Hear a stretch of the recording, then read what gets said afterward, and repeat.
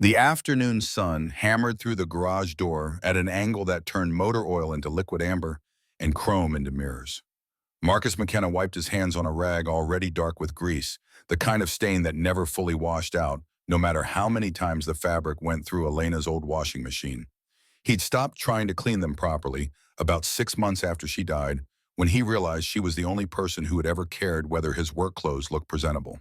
The radio played Creedence Clearwater Revival, something about fortunate sons and military men, and Gunnar let the irony wash over him without comment. The carburetor from Mr. Chen's 1998 Harley Softail lay disassembled on the workbench in front of him, its brass jets and float bowl catching the light.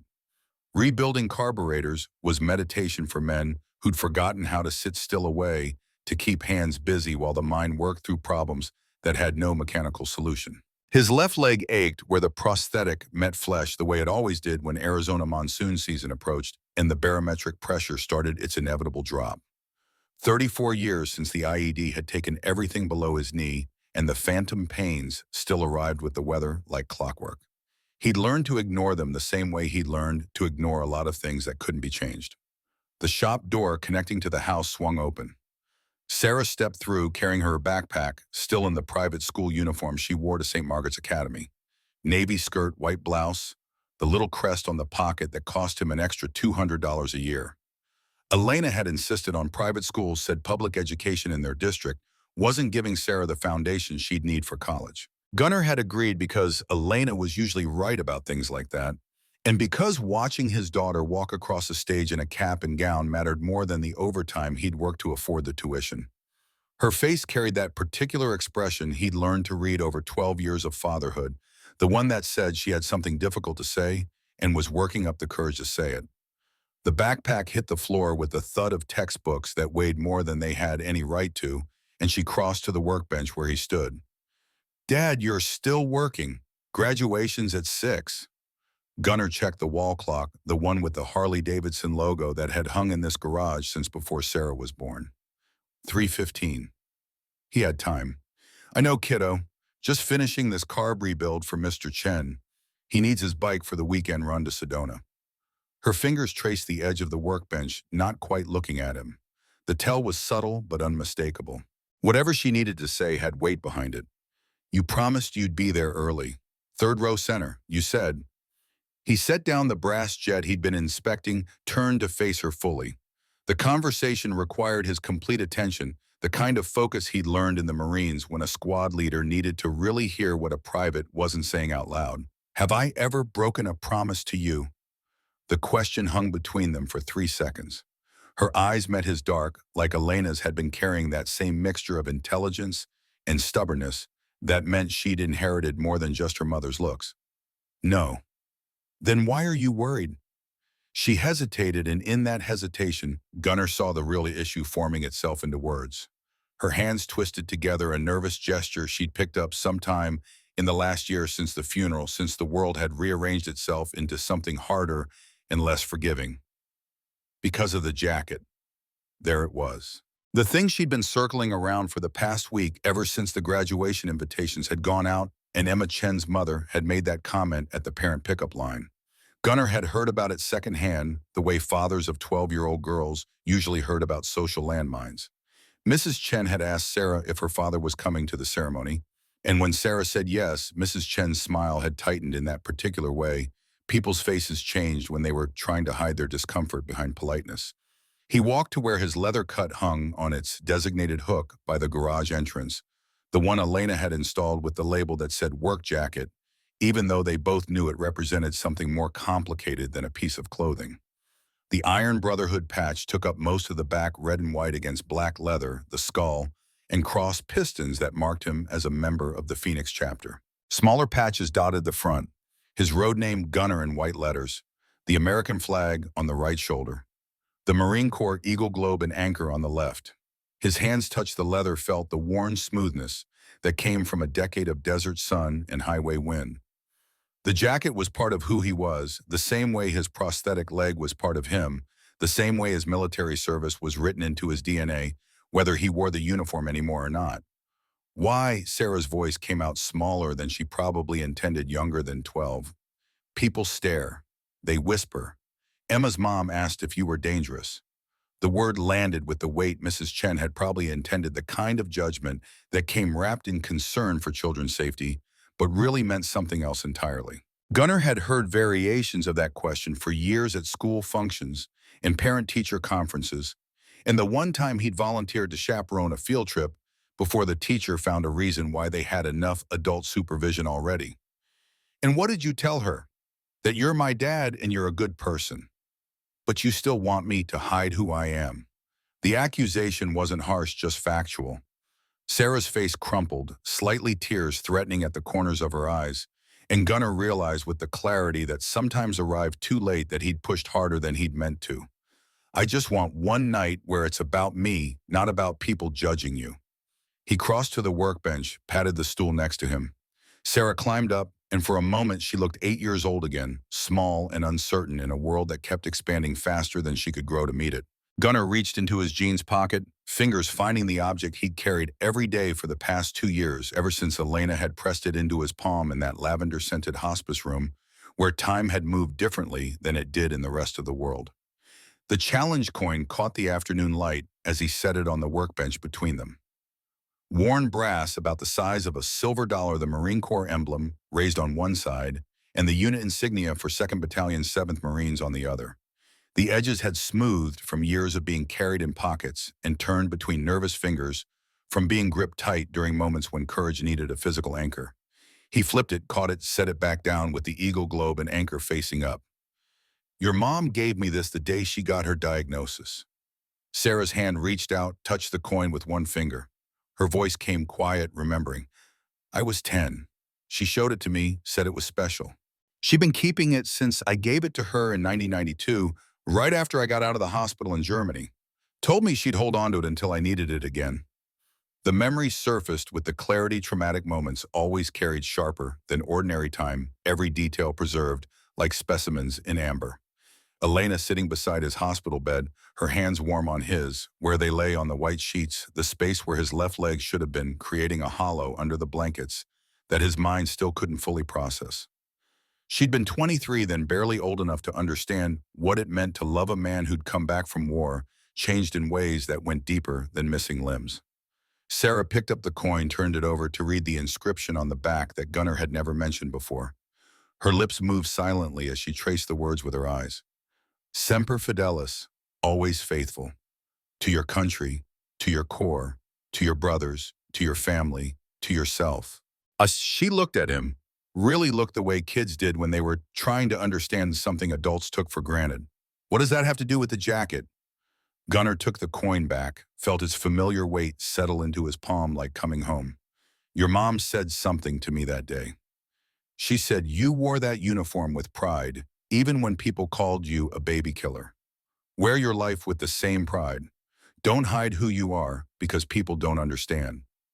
The words had more power now than they'd had when Elena first spoke them, the way wisdom sometimes needed time and distance to fully reveal itself.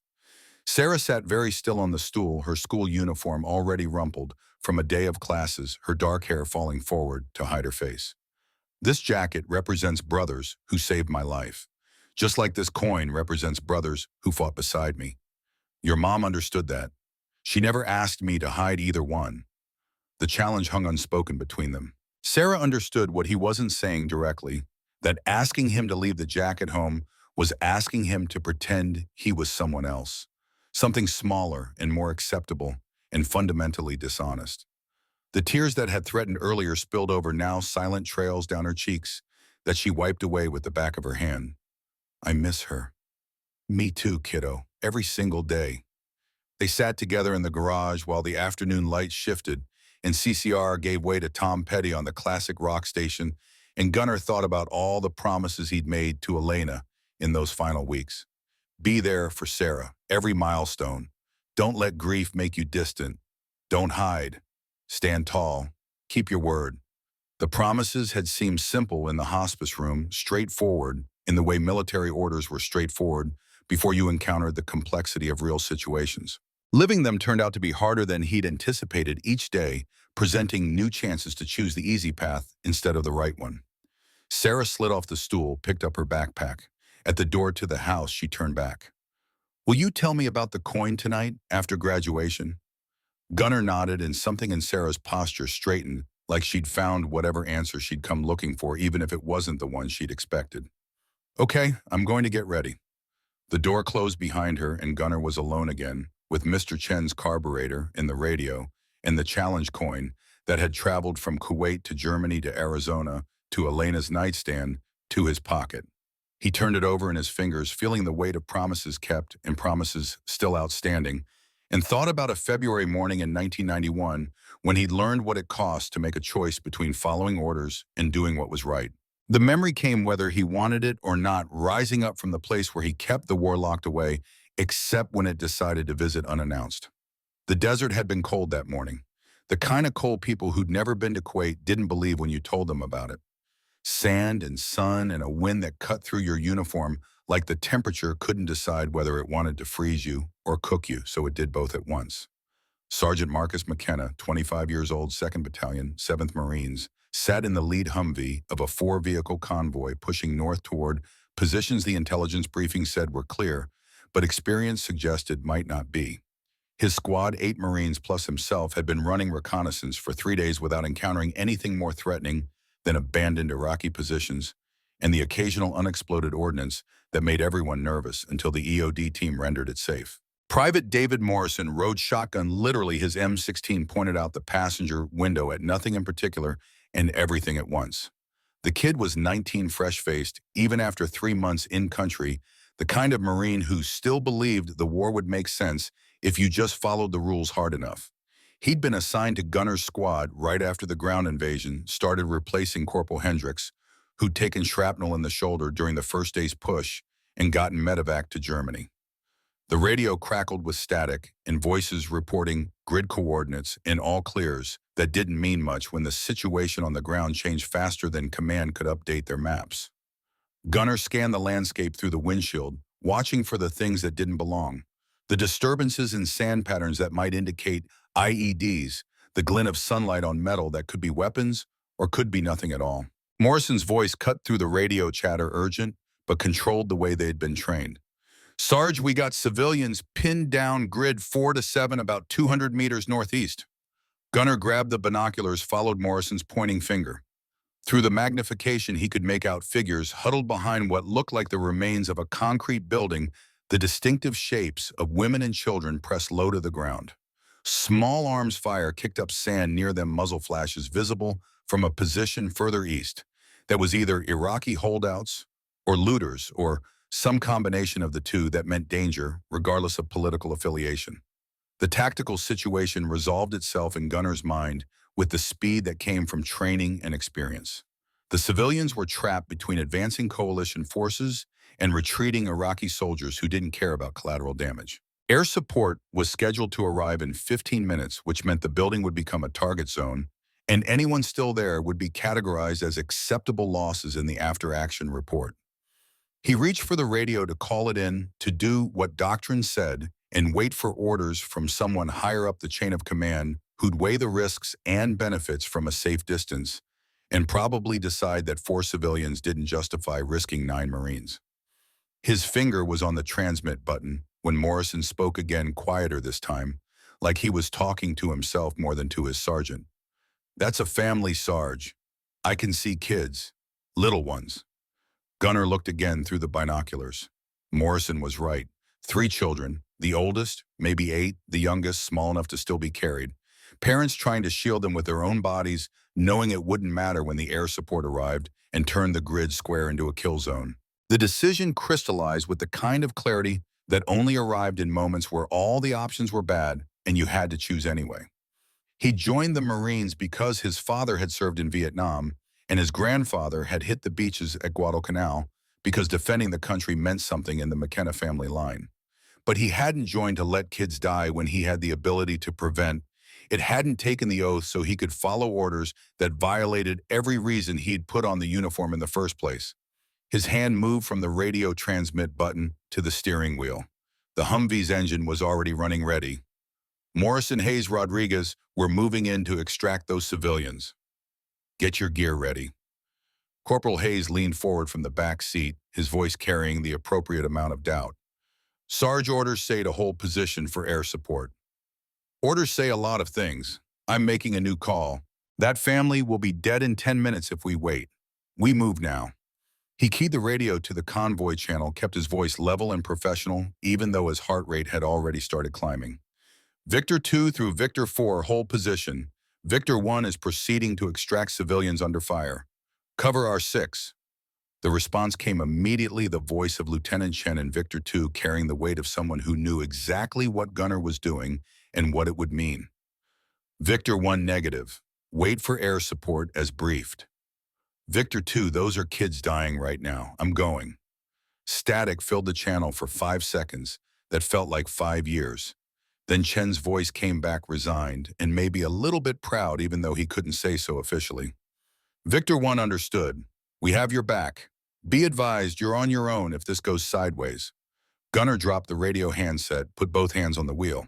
The Humvee lurched forward, leaving the safety of the convoy formation and heading toward the sound of gunfire that was getting closer with every meter they closed. In the passenger seat, Morrison, chambered around his face, said in the expression young Marines wore when they just realized their sergeant was either crazy or brave, and the distinction didn't matter because they were going anyway. The distance closed. 200 meters became 150, became 100. The muzzle flashes from the Iraqi position resolved into actual weapons, AK-47s, mostly fired by men who'd seen too much war and were either defending their country or just trying to survive long enough to get home. The Humvee's armor was designed to stop small arms fire, but the windows were vulnerable, and everyone in the vehicle knew it. Gunner keyed the radio again, this time on the squad frequency. Hayes, Rodriguez, Morrison, when we stop you 3, provide suppressing fire. I'll get the family. 30 seconds in and out, no heroes. The Humvee skidded to a stop in a spray of sand 20 meters from where the family huddled. The doors flew open before the vehicle fully stopped, moving, and Gunner was out and running his M16 up and scanning for threats, while his legs carried him forward on muscle memory and adrenaline. Behind him, the distinctive crack of M16s on 3-round burst laid down covering fire that forced the Iraqi shooters to take cover instead of aiming. The family saw him coming, saw the American flag patch on his shoulder, and their faces showed the complex calculation of people who didn't know if rescue was arriving or just a different kind of danger. The father, maybe 30, maybe 50. Desert Sun made everyone look older than they were, grabbed the oldest child and prepared to run. The mother clutched the baby and the middle child, her eyes meeting Gunner's with a desperation that transcended language. Gunner reached them, switched to the basic Arabic he'd learned in pre-deployment training, the phrases that covered emergencies and directions and not much else. Yalla, come quickly. He grabbed the father's arm, pointed toward the Humvee, where Morrison had the rear door open and was waving them forward. The family understood, started moving the father, carrying the oldest child and half dragging the middle one, while the mother ran with the baby pressed to her chest. Gunner moved with them backward, now his rifle trained on the Iraqi position where the shooting had momentarily stopped. That should have been the warning. The sudden absence of gunfire meant either the Iraqis had retreated or they were preparing something worse, and Gunner's combat experience suggested the latter more strongly than the former. He was 10 meters from the Humvee, still covering the family's retreat when the world exploded sideways. The IED must have been buried in the sand sometime earlier, either by retreating Iraqi forces or by insurgents who knew coalition troops would use this route. The blast caught the Humvee on the right side, the passenger side, where Morrison sat, and lifted the entire 3-ton vehicle off its wheels like a child's toy. The sound arrived after the pressure wave, a concussive force that knocked Gunner flat and drove the air from his lungs and made his ears ring with a tone that would persist for weeks afterward. He hit the sand hard, felt something in his left leg snap, with the clean certainty of bones breaking, and then the pain arrived in waves that made coherent thought difficult. Through vision that had suddenly tunneled down to a narrow field, he watched the Humvee crash back to earth on its side, watched Morrison's door fly open, watched the kid drag himself out with his uniform on fire. Hayes and Rodriguez were already moving combat medic training, overriding their own injuries, pulling Morrison away from the vehicle and beating out the flames with their bare hands. The Iraqi shooters, sensing opportunity, opened fire again, and rounds kicked up sand in patterns that were getting closer to where Gunnar lay, trying to remember how his legs were supposed to work. His left leg wouldn't respond. He looked down, saw bone protruding through shredded fabric and flesh, saw blood spreading across sand in a dark stain that his mind labeled as bad, even while his training said to ignore it and keep fighting. The M16 was still in his hand somehow, and he brought it up and fired 3-round bursts at the Iraqi position, more from spite than tactical calculation, buying Hayes and Rodriguez the seconds they needed to drag Morrison behind cover. The father he'd just rescued appeared in his narrowing field of vision, the Kuwaiti man's face showing the kind of determination that transcended self-preservation. Hands grabbed Gunnar under the armpits, started dragging him backward toward the cover of the overturned Humvee, and through the ringing in his ears, Gunnar heard Morrison's voice screaming for a medic, and Hayes responding that he was working on it and just stay down. The extraction took forever and no time at all, the way combat compressed and expanded seconds into eternities. By the time they had Gunnar behind the Humvee's bulk, his vision had started to gray at the edges, and his hands couldn't quite grip the rifle anymore. Hayes knelt beside him, cutting away what was left of his left pant leg, and even through the shock, Gunnar could see the medic's face go pale. "Sarge, your leg." "I know. Stop the bleeding. That's an order." Hayes worked with the efficiency of someone who'd trained for this scenario and prayed he'd never have to use the training. Tourniquet above the knee, tight enough to make Gunnar's vision white out for a moment, pressure bandage over the worst of the damage, even though they both knew the leg was gone, whether the bone was still technically attached or not. Morrison appeared above him, his face blackened with soot, but eyes clear and focused, his hands checking Gunnar's chest and arms for additional wounds, with the systematic approach they drilled into every Marine. "Sarge, stay with me. Medevacs inbound 2 minutes out." Gunnar tried to nod, managed something that might have looked like agreement. The pain had moved beyond specific locations and become a general condition of existence, the kind of hurt that made you understand why shock was actually your body's mercy rather than its failure. Through it all, the challenge coin in his breast pocket pressed against his chest, a small weight he could still feel when most other sensations had started to blur together. The Kuwaiti family huddled nearby, the children crying but alive, and Gunnar's last clear thought before consciousness started slipping away was that he'd made the right choice, even if it cost him the leg. Orders had said to wait. Children would have died. He disobeyed, and they'd lived. And if that was what failure looked like in the official report, then he could live with being a failure in the eyes of people who'd never had to watch kids get killed, because following procedure was more important than preventing murder. The helicopter arrived with the whump, whump, whump of rotor blades that Marines learned to love because it meant extraction and medical care and not dying in the desert. Strong hands lifted Gunnar onto a stretcher, strapped him down, and the world became motion and noise, and Hayes's voice in his ear saying something about Germany and surgery, and "He'd be fine, Sarge. You'd be fine, just hang on." Consciousness fragmented after that. The helicopter gave way to a field hospital, gave way to something that might have been an airplane and might have been a fever dream. When Gunnar finally surfaced into something resembling coherent awareness, he was in a hospital bed in Landstuhl, Germany, with clean white sheets and the antiseptic smell of modern medicine, and the hollow space under the blankets where his left leg had been. Elena sat beside the bed, her hand warm on his. She'd flown out as soon as the Red Cross notification reached her, had been sitting in that chair for who knew how long, while he'd been wherever morphine took people who'd had their legs blown off in the service of their country. Her face showed the strain of days without sleep and the kind of fear she was trying to hide behind competence, but her hands stayed steady on his.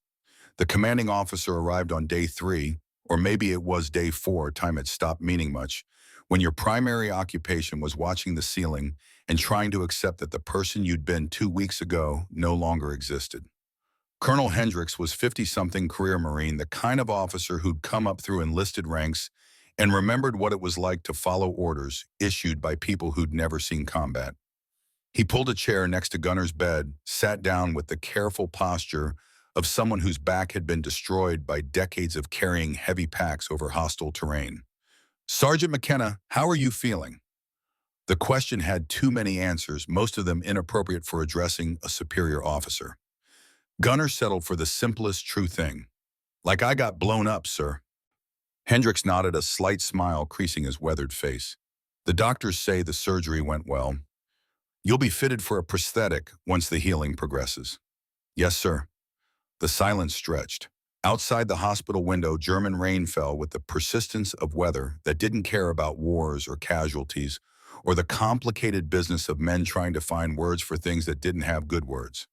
Hendricks pulled something from his pocket, a challenge coin, that caught the fluorescent light and reflected it back in brass and silver.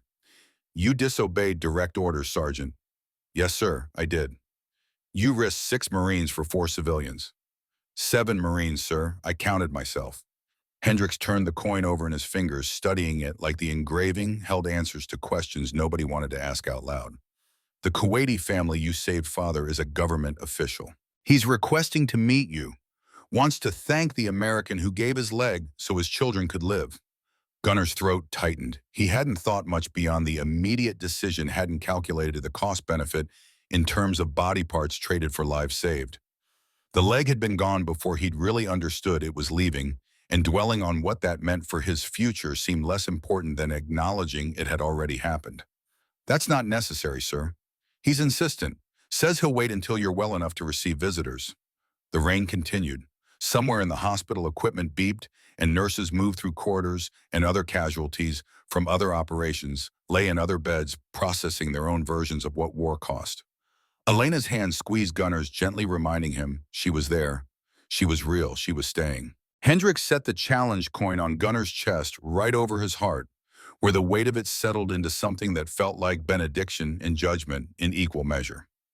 This is from your unit, 2nd Battalion, 7th Marines. Your squad requested it specifically.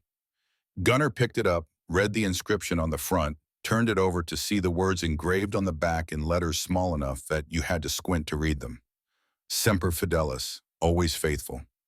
Permission to speak freely, sir. Granted. Did I fuck up? Hendricks stood, walked to the window, looked out at rain that was already starting to ease. When he turned back, his face carried the expression of someone who'd made similar choices in his own wars and lived with the consequences long enough to know there were no clean answers. You saved 4 lives. You risked 7 to do it. Your men followed you into danger because they trusted your judgment. He paused, choosing his next words with visible care. The official report will note that you showed initiative in a fluid tactical situation and successfully extracted civilians from a combat zone. What I'm telling you now off the record is that you made a choice every leader has to make eventually between the orders you're given and the man you want to be when the shooting stops. The coin pressed into Gunner's palm.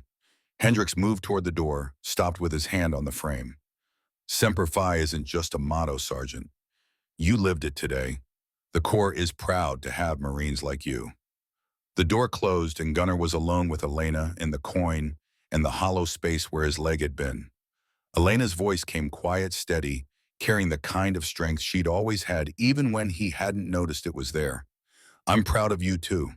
The memory released him, dropped him back into the present, where Mr. Chen's carburetor still needed reassembly, and the graduation ceremony was now less than 3 hours away. Gunner set the challenge coin on the workbench, picked up the brass jet he'd been cleaning before Sarah interrupted, and went back to work with hands that remembered how to rebuild small mechanical things, even when larger problems remained beyond repair.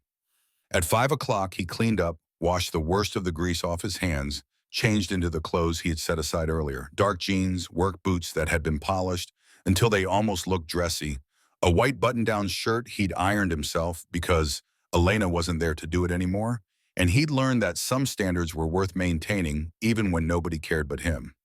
The Iron Brotherhood cut went over the shirt leather, settling onto his shoulders with the familiar weight of belonging. The challenge coin went into his front right pocket where his hand could find it without looking. Sarah appeared from her room dressed in navy blue, her hair pulled back in the way Elena used to do for special occasions.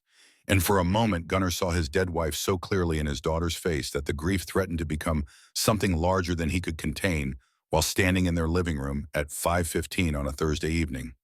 Ready, kiddo. Ready, Dad. They took his truck, the F-150 he'd bought used 3 years ago, and kept running through maintenance that was half necessity and half meditation.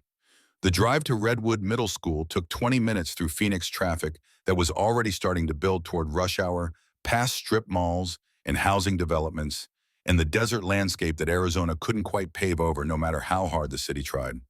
Sarah sat in the passenger seat, one hand playing with the hem of her dress, nervous energy that she couldn't quite contain. Gunnar kept his eyes wrote in his mind on the promise he'd made to Elena, the one that said showing up mattered more than being comfortable, that standing tall meant something even when people wanted you small.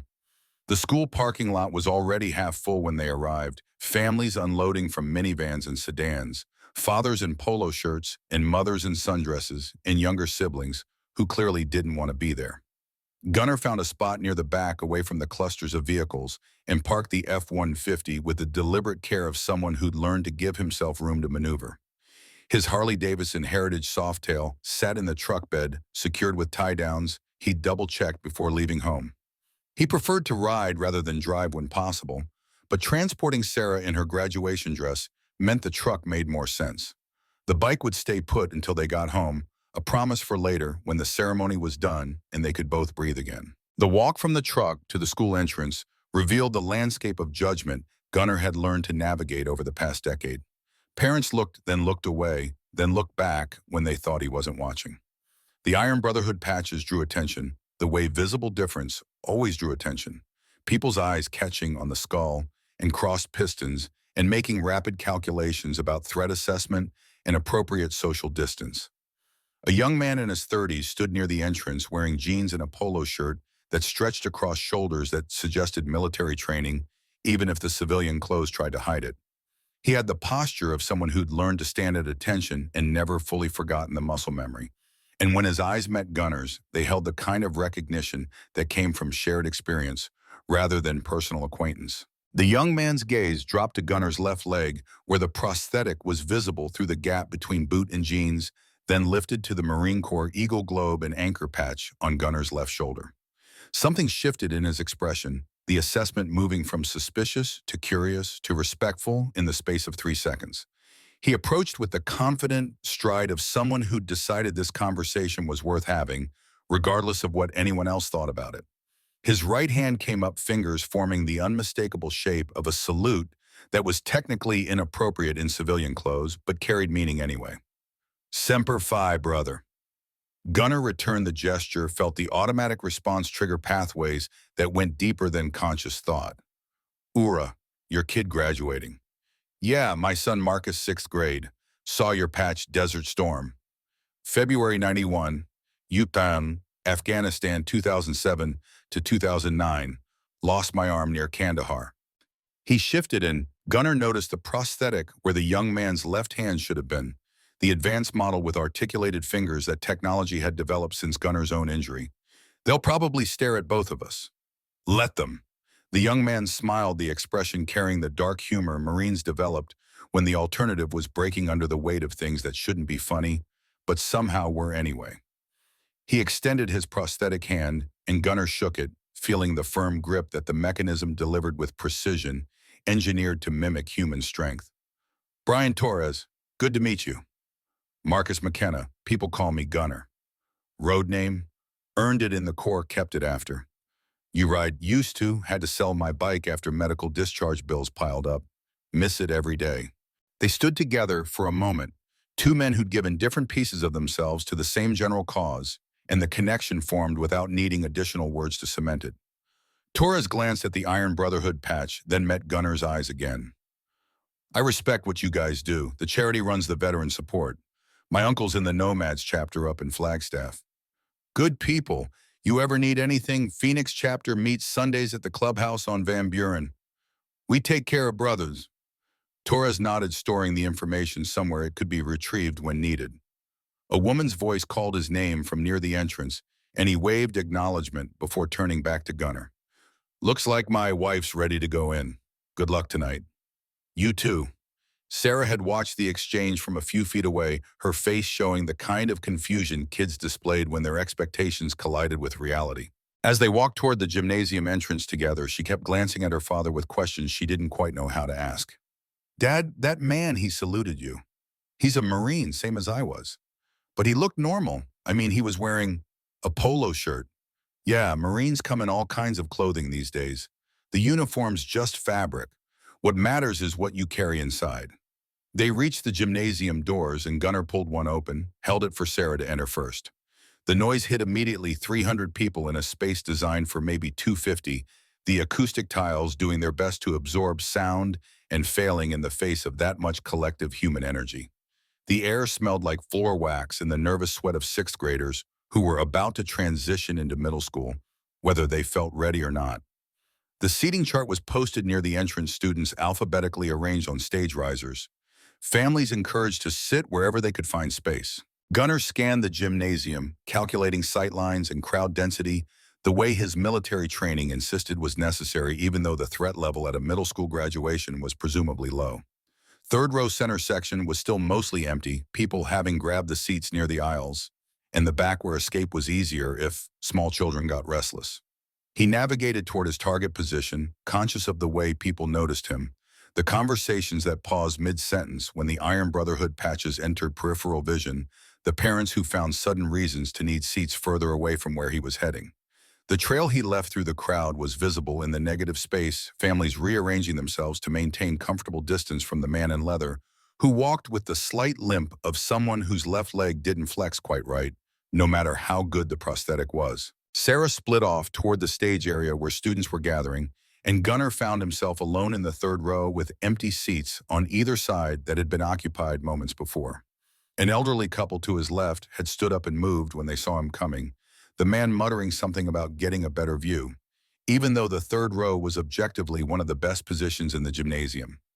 A mother with two small children on his right had gathered her family and relocated to the back, her face tight with the kind of concern that translated as better safe than sorry, without ever asking what the actual danger was. He sat hands resting on his knees and let the world continue around him while he found the still place inside that combat had taught him to access. His right hand drifted to his pocket, fingers finding the challenge coin through the fabric of his jeans, and the familiar weight of it centered him in the moment. This was why he'd come. Not to make people comfortable, not to blend in, but to be present for his daughter because he'd promised Elena he would be, and because a man's word was the only currency that mattered when everything else got stripped away. On stage, Sarah found her position in the riser's second row from the front fifth student from the left. Her eyes scanned the crowd until they found him, and the relief that crossed her face when she confirmed he was exactly where he'd said he'd be made every uncomfortable stare worth tolerating. He touched his chest briefly, the gesture they had developed as shorthand for, I'm here, I'm staying, I love you. And Sarah's answering smile carried enough light to make the fluorescent gymnasium feel warm. Principal Dr. Rebecca Hayes stood at the podium, testing the microphone with the professional competence of someone who'd presided over these ceremonies often enough to have the routine memorized. She was 50-something, silver hair pulled back in a practical bun, wearing the kind of business suit that signaled authority without intimidation. Her eyes swept the crowd, doing the same threat assessment Gunnar had done, cataloging faces and potential problems with the efficiency administrators developed after years of managing teenagers and their parents. The murmur of conversation filled the space, hundreds of people talking over and under and through each other in the particular cacophony of family gatherings where everyone was related to someone, but nobody knew quite what to say. Cell phones appeared in hands positioned for the crucial shot when their student crossed the stage, documentation that this moment had occurred and could be shared with relatives who hadn't made the trip and social media followers who probably didn't care but would hit the like button anyway. Gunnar sat still while the world moved around him. His breathing stayed even, his posture relaxed but ready, the muscle memory of years spent in situations where being present meant being alert. The challenge coin pressed into his palm through the pocket fabric, and he thought about Elena asking him to promise about the weight of those promises when keeping them cost more than he'd anticipated. Movement from his left peripheral vision. Footsteps approached with the deliberate cadence of someone on official business, and Gunnar recognized the sound before he saw the source. Security. The uniform was unmistakable, even in his peripheral vision. Dark blue shirt, black pants, radio clipped to the shoulder keys, and handcuffs on the belt that announced authority in the specific way school security differed from actual law enforcement. The man stopped beside Gunnar's seat, close enough that his presence demanded acknowledgement, but not quite close enough to be physically threatening. Mid-40s, carrying maybe 20 extra pounds around the middle that suggested desk work, had replaced whatever physical fitness he'd maintained in his youth, hands clasped in front of his belt, in a posture that was probably meant to project calm professionalism, but read more as practiced intimidation. His voice came low-pitched to not carry beyond their immediate vicinity, but loud enough that nearby families couldn't help but overhear. "Sir, I'm going to need you to relocate." Gunnar didn't respond. His eyes stayed forward, focused on the stage where Sarah stood, pretending not to watch this interaction, while clearly watching every second of it. His hands remained where they were, resting on his knees, the challenge coin now pressed fully into his palm, where he could feel every ridge of the engraving.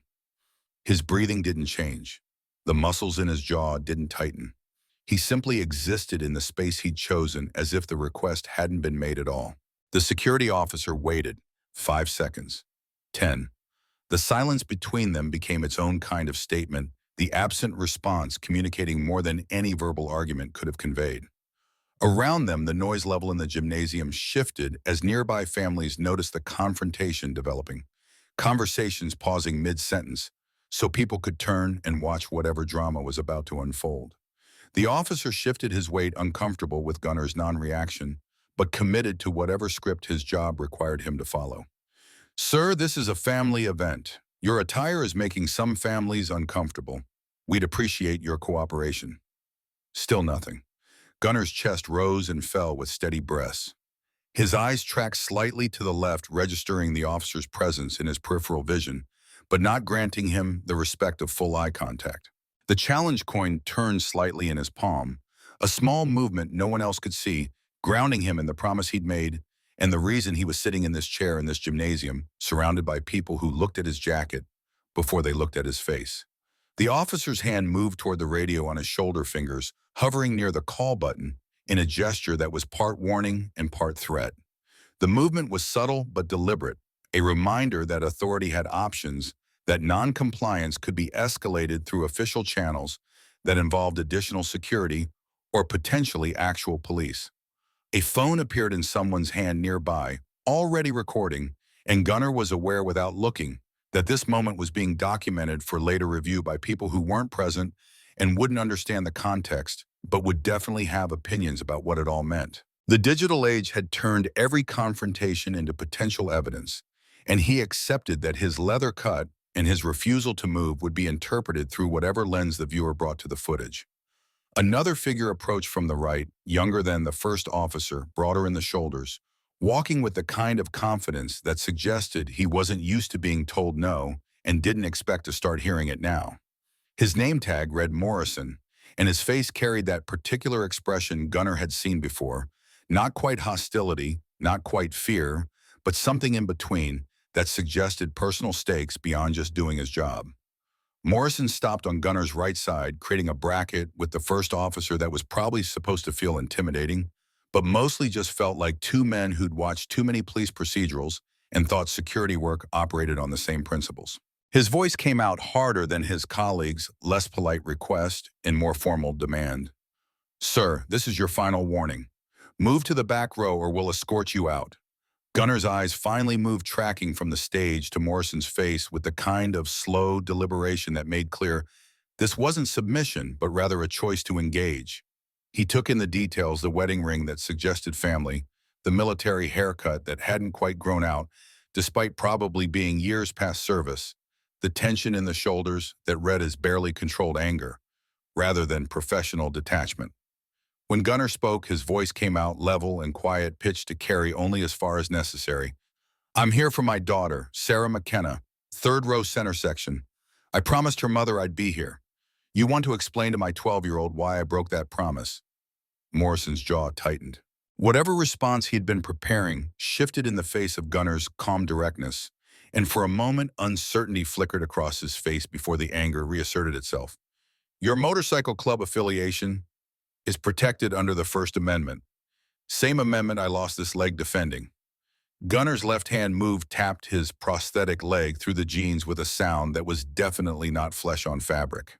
The gesture was small but unmistakable, and Morrison's eyes tracked to the movement, processing what that meant, recalculating whatever assumptions he'd made about who Gunnar was and why he was here. The first officer leaned in, trying to de-escalate whatever his colleague had started. "Sir, we understand you have personal reasons for being here, but the dress code. I'm wearing jeans and a button-down shirt. The jacket is leather, same as half the other fathers in this room. If you have a specific policy against veterans wearing their organizational patches, I'd like to see it in writing." The silence that followed stretched longer than comfortable, and Gunnar knew he'd hit the problem they couldn't quite articulate.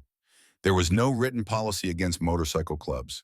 There was just discomfort assumption, the cultural baggage that came with patches and leather, and the stereotype that men like him represented danger rather than just difference. A third figure approached, and this one carried actual authority. Female, early 50s, wearing the same security uniform, but with additional insignia that marked her as senior staff. Her posture was pure military, the kind of bearing that never fully left people who'd served, and when her eyes landed on Gunnar's Marine Corps patch, her expression shifted from professional concern to something more complicated. She stopped, scanned the situation with the rapid assessment of someone who'd made tactical decisions under pressure before, and then her gaze dropped to Gunnar's left shoulder patch.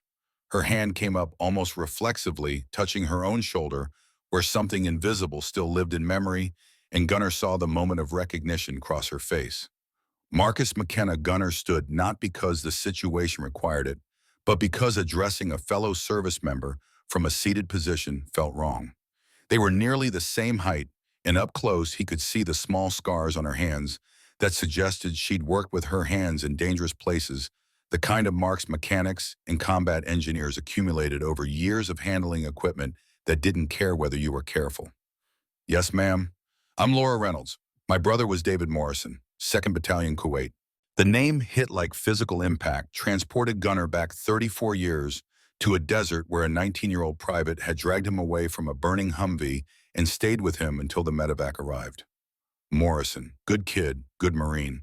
Gunnar had lost track of him after the war ended, the way you lost track of most people when military service scattered everyone to different bases and different lives. His voice came out rougher than intended, emotion threatening to crack through the careful control he'd maintained. "Morrison, your brother pulled me out when the IED hit.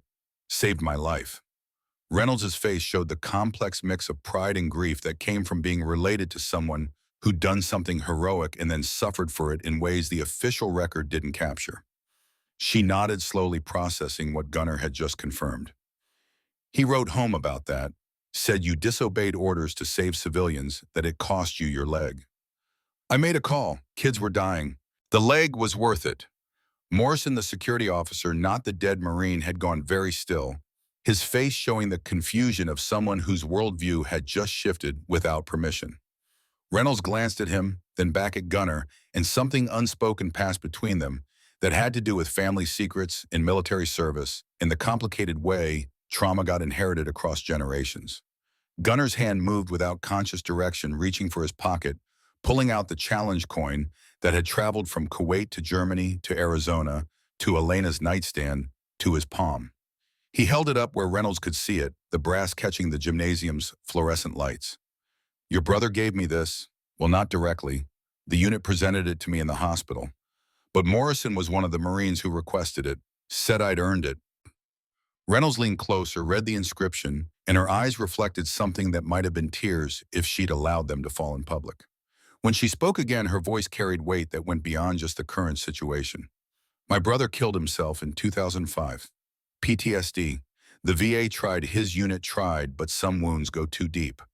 The gymnasium noise continued around them, but in the small bubble where Gunnar and Reynolds and the two security officers stood, the world had compressed down to things that mattered more than dress codes and public comfort. Morrison, the security officer, looked between them, his face showing the beginning of understanding that there was context here. He hadn't possessed history that complicated whatever simple narrative he'd constructed about the man in the motorcycle cut. Reynolds straightened her professional mask, reasserting itself, even though the personal moment had revealed cracks in the foundation. She turned to her subordinates, and her voice carried the kind of authority that came from actual leadership rather than just positional power. "Mr. McKenna stays. He's a decorated Marine veteran attending his daughter's graduation. If anyone has concerns about his presence, they can speak with me directly." Morrison started to protest, his hand moving in a gesture that suggested disagreement, but Reynolds cut him off with a look that allowed no argument. "Officer Morrison, stand down. That's an order." The two security officers exchanged glances, and Gunner could see the unspoken conversation happening between them, whether to push back, whether Reynolds had the authority to overrule them, whether this was a fight worth having when the senior staff member had made her position clear. The moment stretched, balanced on the edge of escalation or de-escalation, and Gunner remained standing with the challenge coin in his hand, watching men decide whether to choose principle or practicality. A sound cut through the gymnasium, noise low and growing, a rumble that started as barely perceptible vibration and built into the unmistakable signature of multiple motorcycle engines approaching in formation. Heads turned toward the windows, faces showing confusion and concern, and in some cases outright fear, as the sound grew louder, closer, undeniable. Gunner's phone vibrated in his pocket. He pulled it out, read the text message from Chains that contained only 3 words: "Outside, heading in." The gymnasium doors at the back opened with a force that wasn't violent, but was impossible to ignore. 12 men entered in single file, and the patches on their backs were identical to the one Gunner wore. Iron Brotherhood, Phoenix Chapter. Full colors. Reynolds looked at Gunner, and her face showed the calculation of someone who just watched a simple situation become exponentially more complicated. Morrison, the security officer, had gone pale, his hand moving to his radio with the kind of urgency that suggested he was seriously considering calling for police backup. The 12 men walked with military precision, their boots striking the gymnasium floor, in a rhythm that wasn't synchronized but felt coordinated nonetheless. At the front, Raymond Chains Walker led with the calm confidence of someone who'd walked into tenser situations than a middle school graduation and lived to tell about it. His gray beard was braided, his eyes scanning the room with the tactical awareness that never quite left people who had seen combat. They spread out as they moved forward, not clustering, but distributing themselves through the seating area in a pattern that Gunner recognized from squad formations designed to cover maximum ground. Some sat behind him. Others flanked him to the left and right, filling the empty seats that parents had quietly vacated when the man in leather first appeared. They sat without ceremony, without looking at each other or at the security officers who watched with mounting alarm, and their stillness was somehow more intimidating than any aggressive posturing could have been. Chains took the seat directly behind Gunner, leaned forward slightly so his voice would carry without him needing to raise it above a murmur. "Brother." Gunner's hand found the challenge coin, gripped it tight enough that the edges pressed into his palm, hard enough to hurt, and he understood with perfect clarity that the night he'd planned, simple, quiet, just a father attending his daughter's graduation, had transformed into something larger and more complicated and infinitely more meaningful than he'd anticipated. Chain's presence behind him carried weight beyond just physical proximity. Gunner felt the shift in the room's energy, the way 300 people suddenly remembered they had collective breath to hold. The other 11 members of the Iron Brotherhood settled into their positions with the unhurried economy of movement that came from decades of knowing exactly where your body needed to be and how to get it there without wasted effort. Doc Williams sat 2 rows back, his silver star from Vietnam visible on his cut, because he'd earned the right to wear it and didn't believe in false modesty. Preacher Jones took the end seat in Gunner's row, his 70 years evident in the careful way he lowered himself into the folding chair, but his spine still military straight. The women riders, Maria Chen, Lisa Rodriguez, Anna Kowalski, distributed themselves through the formation, their Gulf War and Iraq service patches, marking them as warriors in their own right, rather than just accessories to male rebellion. The younger members formed the outer perimeter. Mateo Reyes, at 42, was barely middle-aged by motorcycle club standards, his border patrol experience showing in the way he watched exits and calculated threat vectors.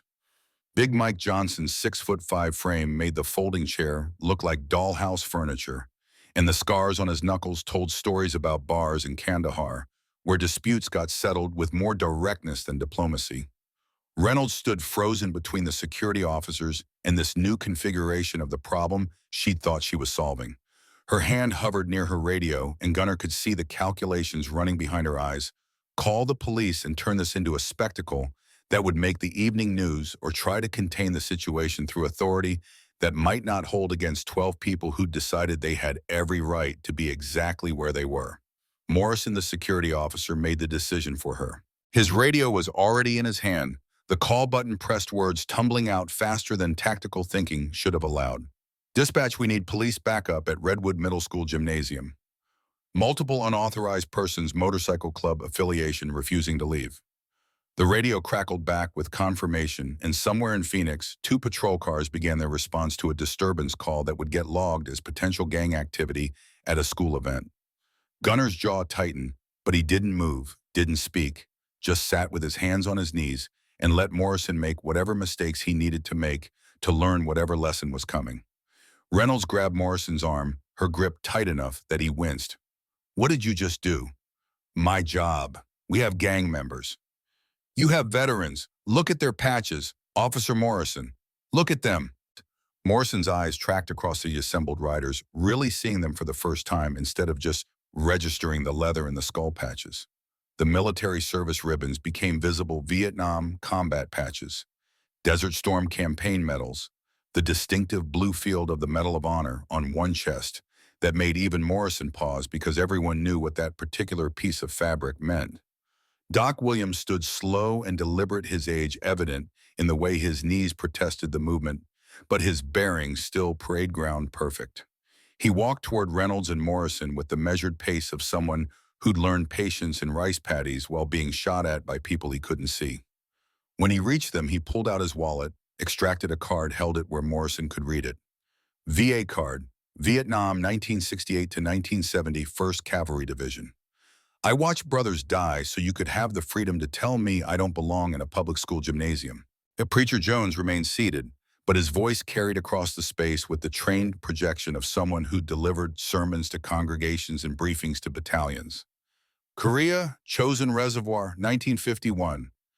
I'm 70 years old. You planning to drag me out in handcuffs, son mom?" Maria Chen stood next, and her voice carried an edge that suggested she was done being patient with people who made assumptions based on insufficient information. "Iraq, Abu Ghraib Prison, 2004. Military police. I processed detainees while people threw rocks at our convoy. This jacket doesn't make me a criminal. It makes me part of a family that understands service." Morrison's face had gone through several color changes, from anger to confusion to something that might have been shame if he'd had time to process what was happening. Reynolds released his arm, stepped back, and her command voice carried the weight of someone who'd had enough of subordinates making situations worse. "Officer Morrison, stand down." "Oui, Simon." The gymnasium doors opened again, and 2 Phoenix PD officers entered with the purposeful stride of people responding to a potential situation that might require force, but hoping it wouldn't. Sergeant Maria Gonzalez led 45, and carrying herself with the competence that came from 20 years of dealing with every variety of human stupidity the city could produce. Officer Tim Rhodes followed, younger and visibly more nervous, his hand resting near his service weapon, in a way that suggested he'd been told this was a gang situation and had prepared himself accordingly. Gonzalez scanned the room with eyes that missed nothing, taking in the assembled Iron Brotherhood members, the security officers. Reynolds' military bearing, and Gunner sitting perfectly still in the center of what was either a crisis or just an uncomfortable gathering, depending on how you define the terms. She walked directly to Reynolds, ignoring Morrison entirely, and her voice carried the professional courtesy of one veteran speaking to another. "I'm Sergeant Gonzalez. Someone called in gang activity." Reynolds' expression suggested she was restraining the urge to say several things that would be inappropriate in front of 300 witnesses. "There's been a misunderstanding. These individuals are veterans attending a graduation ceremony. One of my officers may have overreacted." Gonzalez turned to face the assembled riders, her eyes tracking across service patches and campaign ribbons and the visible evidence of people who'd given pieces of themselves to military service. When her gaze landed on the Medal of Honor ribbon on Mateo Reyes's chest, she actually straightened into something approaching attention. "That's a Medal of Honor." Mateo nodded, uncomfortable with the recognition, the way recipients always were, like being singled out for surviving when others didn't, felt more like accusation than honor. "Afghanistan, 2009. I'd rather not discuss it." Gonzalez processed this, and Gunner watched her reassess the entire situation through the lens of new information. She turned to Chains, who sat behind Gunner with the patient stillness of someone who'd outlasted younger men in contests of will. "Sir, what's your name?" "Raymond Walker. People call me Chains." "Mr. Walker, can you explain why 12 members of a motorcycle club just entered a middle school graduation?" Chains stood, and the movement carried dignity rather than threat. When he spoke, his voice held the measured cadence of someone who'd learned to choose words carefully because they mattered more than volume. "My brother there," he gestured to Gunner, "is attending his daughter's graduation. Security asked him to leave because his jacket made people uncomfortable. We're here to ensure he can stay because we don't leave brothers behind. That's the code we live by." Gonzalez looked at Gunner, taking in the Marine Corps patch and the prosthetic leg that was more visible now that he'd stood when Reynolds first approached. Her expression shifted from professional assessment to something closer to understanding. "And if I ask you all to leave," Doc Williams spoke from where he stood, his voice carrying 76 years of life, lived according to principles that predated motorcycle clubs by several decades. "Ma'am, with respect, no, I'm not breaking any laws. I'm sitting in a public school attending a ceremony. If you arrest me for that, it's your choice, but I'm not leaving." Preacher Jones added his voice to the chorus, calm and implacable. "I'm 70, Korea. Same answer. Arrest me if you must, but I fought for the right to sit where I choose." Officer Rhodes stepped forward, his youth and inexperience evident in the way he tried to assert authority he hadn't yet earned. "We can arrest all of you for trespassing." Principal Rebecca Hayes's voice cut through the tension like a scalpel through infected tissue. She descended from the stage while the confrontation developed, and now she stood with her arms crossed in an expression that suggested she was done letting other people make decisions about her school. "Officers, this is a public event. They're not trespassing." Rhodes turned to her, his frustration evident. "They're causing a disturbance." "No, Officer Rhodes. Some families are choosing to be disturbed, which is different. These individuals are sitting quietly. They're not threatening anyone. They're not disrupting the ceremony. They're just present, and some people don't like what their presence represents." Gonzalez held up one hand, stopping Rhodes before he could dig the hole deeper. She looked at Hayes with the respect one professional extended to another when they both understood the situation had complexities that couldn't be resolved through simple enforcement. "Principal Hayes, what do you want us to do?" Hayes surveyed the gymnasium, her eyes tracking across the families who remained seated and the ones who'd gathered near the exits with the clear intention of leaving if this got any worse. She looked at Sarah on the stage, saw the 12-year-old's face tight with anxiety and pride and fear all tangled together. When Hayes spoke again, her voice carried to every corner of the space. "I want you to let them stay. I will not discriminate against veterans because their appearance makes people uncomfortable." Morrison finally found his voice, and the bitterness in it suggested this had become personal in ways that went beyond just doing his job. "They're glorifying Vassalain de Ramon. That jacket, those patches." Gunner turned to face him fully for the first time, and when he spoke, his voice carried the kind of quiet intensity that made people listen whether they wanted to or not. "This jacket represents brotherhood, same as my uniform did. You have a problem with that, Officer Morrison. My uncle wore uniforms, wore cuts, died alone in a garage with a gun because the Brotherhood didn't save him from what the war did to his head." The confession landed in the space between them like a live grenade, and suddenly the hostility made sense in ways it hadn't before. Gunner's hand moved to his pocket, found the challenge coin, gripped it while he chose his next words with the care they deserved. "Your uncle, what was his name?" "David Morrison, Marines, Kuwait." The gymnasium noise seemed to recede, and Gunner was back in the desert watching a 19-year-old kid drag him away from a burning Humvee, feeling Morrison's hands under his arms, and hearing his voice screaming for a medic. The memory had weight that present moment couldn't match, and when Gunner spoke again, his voice carried grief that 34 years hadn't managed to fully process. "Private Morrison saved my life, pulled me from the Humvee after the IED hit. I didn't know he'd died, I'm sorry." Jake Morrison's face went through several transformations, anger giving way to confusion, giving way to something that might have been the beginning of understanding if given time to develop. Reynolds put her hand on his arm, and her voice came gentle in a way that suggested they'd had this conversation before. "Jake, this is the sergeant your uncle wrote about. The one who lost his leg saving that Kuwaiti family. Jake looked at Gunner's prosthetic leg, at the challenge coin visible in his hand, at the Marine Corps patch that connected them through a dead man's memory. When he spoke again, his voice had lost its aggressive edge, replaced by something rawer and more honest. Uncle David's letters, he made you sound like a hero. Said you did the right thing even when it cost you everything. He was wrong. I did what needed doing. Your uncle was the hero. He had every right to leave me there to save himself. He didn't. That's what brotherhood means. Chains stood moved to stand beside Gunner, and his presence suggested this conversation was about to expand beyond just two men working through complicated grief. Son, whatever your uncle went through after the war, I'm sorry. A lot of brothers didn't make it home even when their bodies came back. But don't blame the code. The code is what kept him alive, as long as it did. Blame the war. Blame the politicians who sent us there. Blame the VA that couldn't give him the help he needed. But don't blame the men who tried to save him. Jake Morrison stood without responding, turned and walked toward the gymnasium exit with his shoulders tight and his hands clenched. Reynolds watched him go, and her face showed the exhaustion of someone who'd been fighting this particular battle for years without winning. Gonzalez holstered her radio, made a decision visible in the way her posture relaxed. Officers, we're done here. No laws being broken, no disturbance requiring police intervention. Principal Hayes has made her decision, and it's her school. Rhodes started to protest, but Gonzalez cut him off with a look that suggested this wasn't up for debate. They moved toward the exit, and Gonzalez paused next to Gunner on her way out.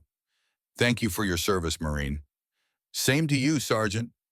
The police departure shifted the energy in the gymnasium, but the tension remained like humidity after rain. Families near the front had watched the entire confrontation with phones raised and expressions ranging from supportive to scandalized. The exodus began slowly, a few families gathering their belongings and heading for the exits with tight faces and whispered conversations that were clearly about whether staying was worth the discomfort. A father in his 30s hustled his wife and two children toward the door, his voice carrying just loud enough for nearby people to hear. This isn't safe. I'm not risking my kids. Another mother followed, clutching her purse like it might be stolen if she didn't maintain constant vigilance. I can't believe they're allowing this. What kind of message does this send? But others stayed. An elderly couple near the front actually moved closer to where the Iron Brotherhood sat, the old man's eyes fixed on Chain's Korean war patch with something that looked like recognition. Honey, that man's a Korea vet, same as your father was. The woman smiled, genuine warmth replacing whatever nervousness she'd felt initially. Then we're staying right here. Emma Chen's mother, who'd made the comment last week about Gunner being dangerous, approached Sarah on the stage. Her face showed the complicated expression of someone trying to reconcile assumptions with evidence, and when she spoke, her voice carried contrition. Sarah, I owe you an apology. I judged your father without knowing him. That was wrong. On stage, Sarah's hands had finally stopped shaking. She stood straighter than she had before, her eyes finding her father's across the gymnasium with an understanding that hadn't existed an hour ago. Emma leaned close to her, whispered something that made Sarah smile, and the fear that had dominated her expression transformed into something closer to pride.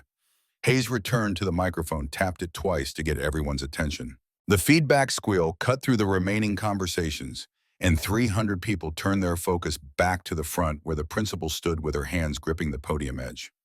Ladies and gentlemen, we're here tonight for our students. Whatever personal feelings we have, whatever discomfort we experience, these young people have worked hard and deserve our recognition. She paused, let the words settle, then continued with steel underneath the professional courtesy. I see veterans in this room, men and women who served our country. I will not dishonor their service by treating them as threats simply because they choose to wear leather instead of polyester. If anyone disagrees with this decision, you're free to leave. But the ceremony continues. Applause started slowly, uncertain at first, then building as more hands joined in. Not universal. Plenty of families sat with arms crossed and faces set, but enough that the sound filled the gymnasium with something that felt like validation. The elderly couple clapped enthusiastically. Emma's father, who'd been silent through the confrontation, stood and applauded. Brian Torres, the Afghanistan vet Gunner had met outside, rose and clapped until his prosthetic hand and his real hand made noise together. Chains leaned forward, his voice low enough that only Gunnar heard. "Your girl's watching. Show her what standing tall looks like." Gunnar's hand found the challenge coin in his pocket, felt Elena's presence in the worn brass like she was sitting beside him instead of 2 years in the ground. He'd promised to be here, promised to show up regardless of cost, promised Sarah would see a father who kept his word even when the world tried to make that word inconvenient. The promises felt heavier now than they had in the hospice room, weighted with the understanding that principles only mattered when defending them required sacrifice. Hayes began reading from the program, her voice settling into the practiced rhythm of someone who'd presided over these ceremonies enough times to have the cadence memorized.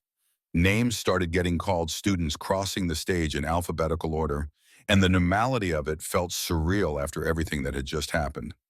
Michael Anderson, a boy with red hair and too much gel, walked across the stage, shook Hayes' hand, accepted his certificate. His parents cheered from the fourth row, and the moment was perfectly ordinary, the kind of thing that happened at graduations everywhere, regardless of the drama that had preceded it. Ashley Martinez, a girl in a yellow dress, stumbled slightly on the steps, recovered with the resilience of 12-year-olds who hadn't yet learned embarrassment was supposed to last. Her grandmother stood and hollered encouragement that made half the room smile and the other half wince. The ceremony proceeded. Name after name, student after student, the rhythm building into something that felt almost meditative. Gunnar watched without speaking, his hands still on his knees, the challenge coin pressed into his palm, hard enough that the engraving would leave marks in his skin.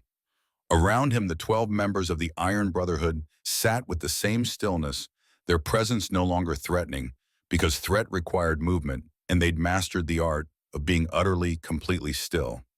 Mateo sat 3 seats to Gunnar's right, and his eyes tracked the exits with the professional assessment of someone who'd learned threat evaluation in places where mistakes got people killed. Big Mike lounged in the row behind his size, making the folding chair creak with every breath, but his face carried the gentle expression of someone watching kids celebrate achievements and remembering when his own children had been this age. Doc Williams had his arms crossed, but the posture wasn't defensive. He looked like someone settling in for a long wait, prepared to sit until the ceremony ended, and beyond if necessary, because patience was a skill you learned when survival required staying put, regardless of how uncomfortable the situation got. Jennifer Chen, Emma's older sister, crossed the stage, and Emma's father, who ran the Chinese restaurant on McDowell Road, where Gunnar sometimes picked up dinner, stood and cheered with unrestrained enthusiasm.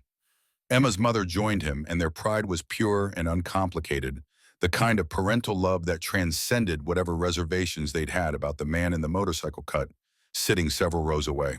The names continued. Each one marked another step closer to Sarah, and Gunnar felt time compress in that peculiar way it did when you were waiting for something that mattered. His pulse stayed steady, but his awareness sharpened, every sense focused on the moment that was approaching with mathematical inevitability. David Foster. A boy walked across the stage alone, no family in the audience, and the applause for him came softer, more scattered. The grandmother sitting in the front row clapped hard enough to make up for the absent parents, but the emptiness was visible in the way the boy's shoulders hunched slightly as he accepted his certificate and hurried off stage. Gunnar thought about all the promises people made and broke about fathers who were supposed to show up and didn't, about the visible absence that shaped kids just as much as presence did. Sarah would never have that absence. He'd made sure of it through every parent-teacher conference and school play and science fair since Elena died, showing up with his prosthetic leg and his motorcycle cut because being present mattered more than being comfortable. Brandon Lee, a boy with glasses thick enough to magnify his eyes, crossed the stage, and the elderly veteran grandfather who'd moved closer to the Iron Brotherhood earlier stood and cheered with the kind of volume that suggested his hearing wasn't what it used to be. The boy's face split into a grin, and he waved at his grandfather with unself-conscious affection. The old man sat back down, caught Chains's eye, and nodded with the recognition that passed between people who'd served in different wars but understood the same principles. Chains nodded back, and the exchange held more meaning than any conversation could have conveyed. Hayes turned the page in her program, and Gunnar knew without counting that Sarah's name was coming soon. The alphabet was relentless in its order, McKenna falling in the middle of the M's, close enough now that Gunnar could feel his heart rate climbing despite his best efforts to maintain the calm he'd cultivated over 58 years of learning to manage himself. Behind him, chains shifted slightly, and Gunnar felt rather than heard his brother's attention sharpen. The other Iron Brotherhood members made small adjustments in their positions, imperceptible to anyone who wasn't watching for it, but clear signals to anyone who understood body language. They were preparing, getting ready for whatever came next, because Sarah's moment was everyone's moment, and they would honor it the way brothers honored things that mattered. On stage, Sarah stood in her position, second row from the front, fifth from the left. Her hands gripped the certificate holder they had all been given, and Gunnar could see her knuckles white even from this distance. Emma stood beside her, whispered something that made Sarah nod, and the two girls shared a look that spoke to whatever friendship had developed over years of classes and lunch periods and the complicated social dynamics of being 12. Hayes read another name, another student crossed the stage, and the gap between present moment and Sarah's turn narrowed to seconds rather than minutes. Gunnar's thumb moved across the challenge coin's surface, feeling the Eagle Globe and anchor on one side, and the Semper Fidelis inscription on the other. And he thought about Elena asking him to promise about the weight of keeping promises. When they cost you something about teaching Sarah through action, what words could never adequately convey. Kevin Rogers. 3 more names. Gunnar counted them off mentally, marking time until the moment arrived that he'd been preparing for since the moment Elena made him swear he'd be at every milestone. This was why he'd refused to move when Reynolds asked. Why he'd sat still when Morrison threatened. Why 12 brothers had ridden across Phoenix to stand beside him when the world suggested leaving would be easier. Because promises meant something. Because showing up mattered. Because Sarah needed to see that her father's word was absolute regardless of who tried to challenge it. Laura Mendez. 2 names. The gymnasium had gone quieter, or maybe Gunnar's perception had narrowed until the ambient noise became background static against the approaching moment. His breathing stayed even through conscious effort, the same discipline he'd learned in the Marines when staying calm under pressure meant the difference between living and dying. This wasn't combat, but the principles translated: control what you could control, accept what you couldn't, stay present in the moment, regardless of how much your mind wanted to jump ahead. Robert Martinez. 1 name. Sarah shifted on the risers, her eyes finding Gunnar's across the distance, and in that eye contact was everything they'd built together over 12 years of her life and 2 years of Elena's absence. Trust, love, the understanding that he would always be exactly where he said he would be because his word was the only thing he owned that couldn't be taken away by IEDs or cancer or security guards with radios. Hayes looked down at her program, and Gunnar saw the moment she registered whose name came next. Her eyes lifted, found him in the 3rd row, surrounded by leather and patches and 12 brothers who'd ridden through Phoenix traffic to be present for a 12-year-old girl's graduation. Something passed across Hayes' face, recognition perhaps of what this moment meant beyond just ceremony, and when she spoke again, her voice carried extra weight. Sarah Marie McKenna. The name hit Gunnar's chest like something physical. He felt Chain's hand come to rest briefly on his shoulder, felt the shift as all 12 Iron Brotherhood members went from still to absolutely motionless. And then he was rising from his seat before conscious thought directed the movement. His legs lifted him, the real one, and the prosthetic working together the way they'd learned to over 34 years, and he stood in the 3rd row of Redwood Middle School gymnasium while his daughter walked across the stage to accept her diploma. Behind him, Chain stood. Beside Chain's, Doc Williams rose with his 76 years and his silver star and his refusal to hide. Preacher Jones stood with the careful deliberation of a 70-year-old man whose knees didn't bend like they used to, but whose spine remained parade ground straight. The wave moved through the Iron Brotherhood members like water, each person rising in turn until all 12 stood in their scattered positions throughout the seating area. Not synchronized, not choreographed, just the natural movement of people who understood what the moment meant and chose to honor it with their physical presence. Then something unexpected happened. The elderly grandfather, the Korea veteran who'd moved closer earlier, stood. His wife rose beside him. Brian Torres stood in the back row, his prosthetic hand visible as he raised both arms slightly in a gesture that was part respect and part solidarity. Emma Chen's father stood, followed by her mother, followed by Emma's grandmother, who'd been clapping loudest all night. The standing spread like ripples in water. Not everyone, plenty of families remained seated with arms crossed and faces set in disapproval, but enough that the gesture became something larger than just one motorcycle club supporting their brother. 50 people standing became 75, became 100, and the sound of chairs scraping and people rising filled the gymnasium with acoustic evidence that not everyone found the Iron Brotherhood's presence threatening. Sarah reached center stage, accepted her certificate from Hayes with hands that had finally stopped shaking. The principal leaned in, whispered something that Gunnar couldn't hear from his position, but that made Sarah smile. And then Sarah was turning to face the audience with her diploma in one hand and her medal in the other, and pride evident in every line of her posture. Her eyes found Gunnar immediately locked onto him with the kind of focus that shut out everything else in the gymnasium. He stood in the third row surrounded by his brothers, his challenge coin pressed into his palm, his prosthetic leg visible, and his Marine Corps patch catching the fluorescent light, and he understood with perfect clarity that this moment was what Elena had been talking about when she'd made him promise to show up. Not just physically present, but truly present. Not hiding, not apologizing, not making himself smaller to accommodate other people's discomfort.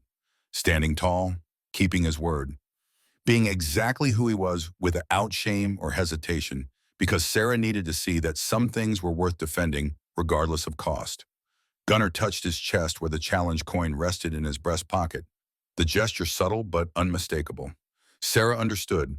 Her smile widened, became something incandescent that transformed her face from nervous child to confident young woman, and she raised her diploma slightly in acknowledgement. The applause that followed wasn't unanimous, but it was real. Hands clapped with genuine enthusiasm, and the sound filled the gymnasium with something that felt like vindication. Not everyone understood why 13 people in leather cuts and military patches had just made a 12-year-old's graduation about something larger than school achievement. But enough people understood. Enough people stood. Enough people chose to see the father keeping his promise instead of the stereotype threatening their comfort. Hayes gestured for Sarah to proceed off stage, and the girl walked with her head high and her shoulders back and every bit of her mother's strength evident in her bearing. When she disappeared into the wings where students congregated after receiving their diplomas, Gunnar sat back down and the wave of movement reversed itself as the Iron Brotherhood members returned to their seats. The ceremony continued. More names got called. More students crossed the stage and the world kept turning, because that's what the world did, regardless of how significant individual moments felt to the people living them. But something had shifted in the gymnasium's atmosphere, a recognition that the confrontation had resolved itself in a way that nobody had predicted, but everyone would remember. Chains leaned forward again, his voice carrying just to Gunnar's ears. Elena would be proud, brother. Gunnar's jaw tightened, his throat constricting around words that wouldn't form properly. He nodded, not trusting his voice, and Chains understood the way brothers understood things that went beyond language. The hand on his shoulder squeezed once, then withdrew, and they sat together in the third row while the rest of the sixth grade class received their diplomas and the evening wound toward its conclusion. Jake Morrison stood in the hallway outside the gymnasium, his back against the wall, and his hands shaking with something that might have been anger and might have been grief and was probably both. He'd watched the entire confrontation from the doorway after walking out, had seen the veterans stand and the families join them, and Sergeant McKenna's face when his daughter crossed the stage. The image wouldn't leave his mind, wouldn't stop overlaying itself with memories of his Uncle David talking about brotherhood and honor and the code that kept Marines alive when everything else tried to kill them. His phone was in his hand before he consciously decided to make the call. The number connected rang twice and then a voice answered that he hadn't heard in 3 years. David Morrison Memorial VA Support Line. This is Christine. How can I help you? Jake's throat closed around the words, and for several seconds, he couldn't speak past the tightness. Christine waited with the patience of someone who'd fielded these calls before, who understood that sometimes people needed time to find their voice. I think I need to talk to someone about my uncle, about what happened to him. I'm here. Take your time. Inside the gymnasium, Hayes read the final name and the ceremony concluded with the traditional cap toss that sent squares of blue fabric flying toward the ceiling, where they hung suspended for a moment before gravity reasserted itself and brought everything back down. Students cheered, parents applauded, and the formal structure dissolved into celebration as families surged forward to find their graduates and teachers herded everyone toward the exits. Gunnar remained seated while the chaos swirled around him. The Iron Brotherhood members stood in sequence, preparing to depart the way they'd arrived together, deliberate without fanfare. Doc Williams approached first, extended his hand, and Gunnar took it with the grip that veterans shared when words felt inadequate. Your daughter's a credit to you, Gunnar. She's her mother's daughter. She's got your spine. That matters. One by one, the others filed past. Handshakes, nods, the occasional embrace that conveyed more than speech could manage. Mateo paused, his Medal of Honor ribbon catching the light one final time. You stood your ground tonight. That's what we do. Appreciate you coming. That's what brothers do. We don't leave people behind. They moved toward the exit in their staggered formation, and Gunnar watched them go with the understanding that tonight had been about more than just one graduation. It had been about principles defended, about standing firm when the easier choice was retreat, about teaching Sarah through action what manhood looked like when it was stripped of ego and reduced to its essential components. Sarah appeared through the crowd, diploma in one hand and medal around her neck, her face flushed with excitement and relief and a dozen other emotions she probably didn't have names for yet. She launched herself at Gunnar, and he caught her with arms that had held her since she was born and would keep holding her until one of them stopped breathing. Dad, you kept your promise. Always will, baby girl. They tried to make you leave. I know. But you didn't.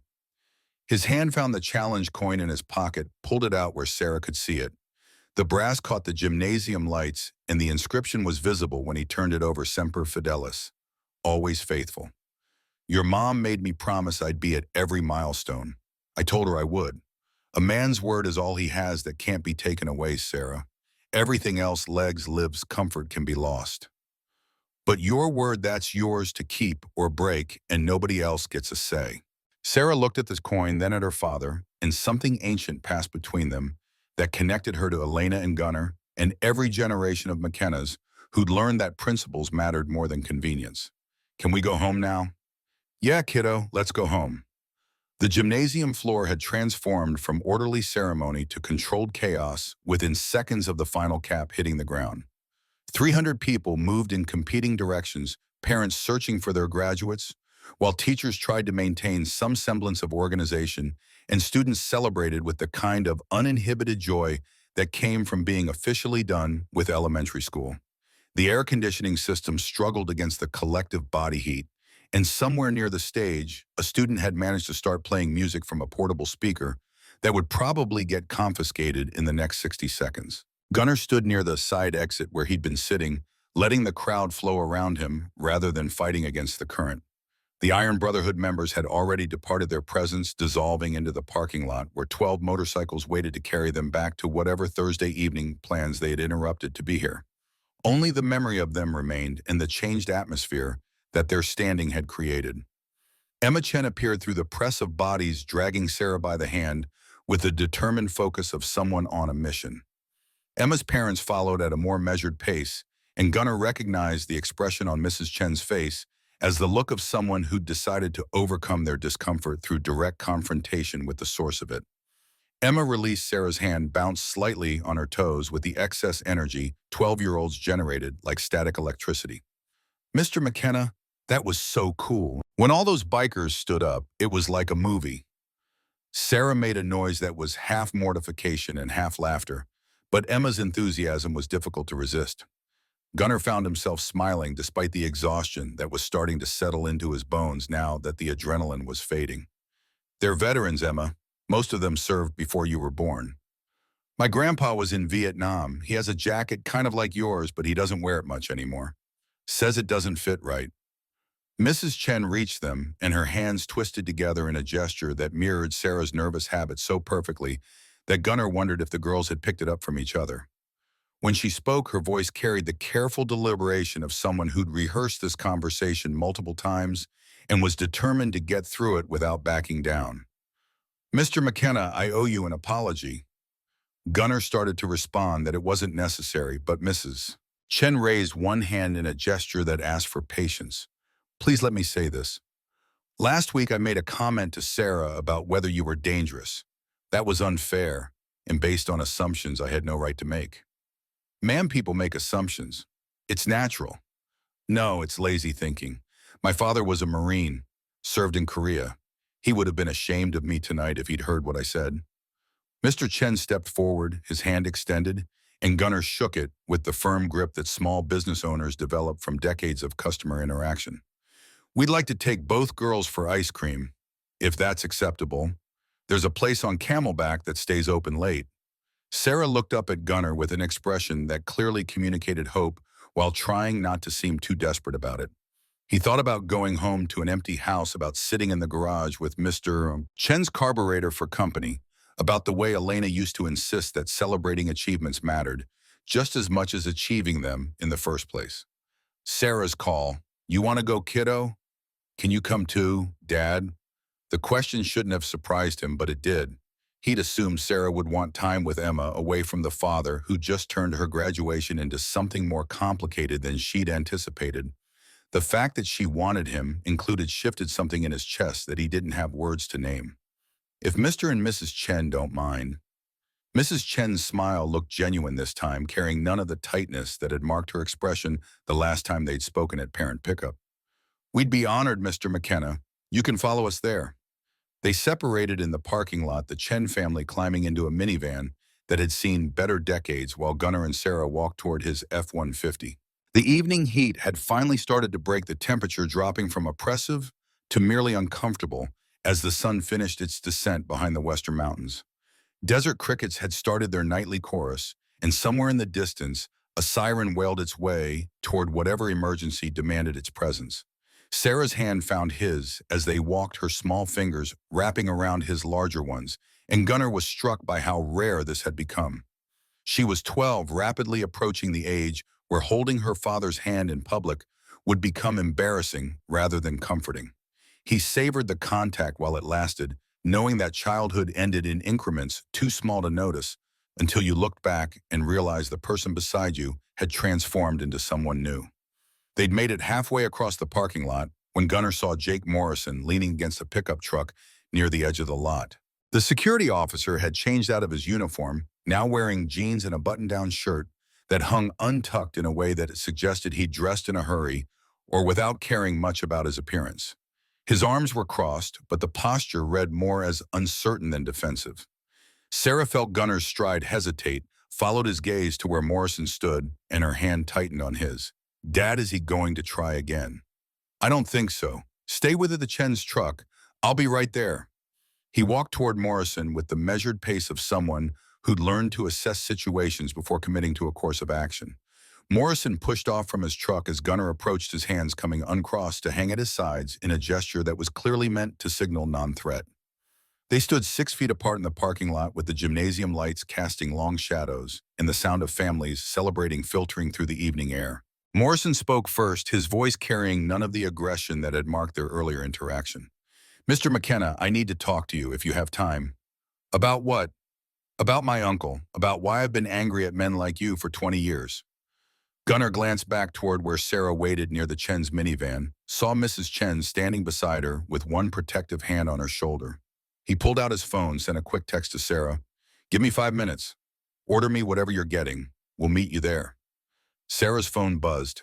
She looked at the screen, then at her father, and nodded with the kind of understanding that shouldn't have been possible at 12, but somehow was anyway.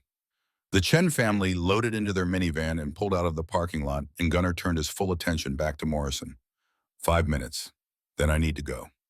Morrison nodded, started walking toward the far edge of the lot where the lights didn't reach quite as well, and the noise from the gymnasium became more distant. Gunnar followed, his prosthetic leg handling the uneven asphalt with the practiced efficiency that came from decades of learning to navigate terrain that wasn't designed for artificial limbs. They reached the boundary fence and Morrison stopped with his hands shoved in his pockets and his shoulders tight with tension that he was trying to hide. When he finally spoke, the words came out rougher than he probably intended. "My uncle David Morrison was your Private Morrison, Kuwait 91. I know, your Aunt Laura told me earlier.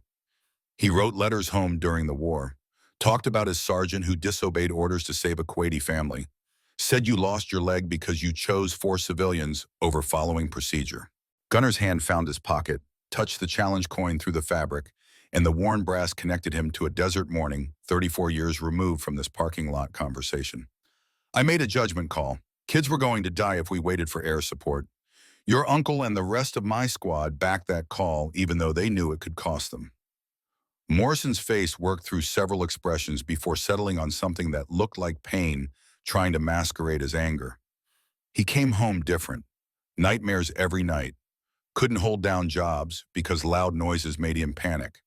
Started drinking to cope, stopped when my aunt threatened to leave, then just got quieter and quieter, until one day he went into the garage and didn't come out.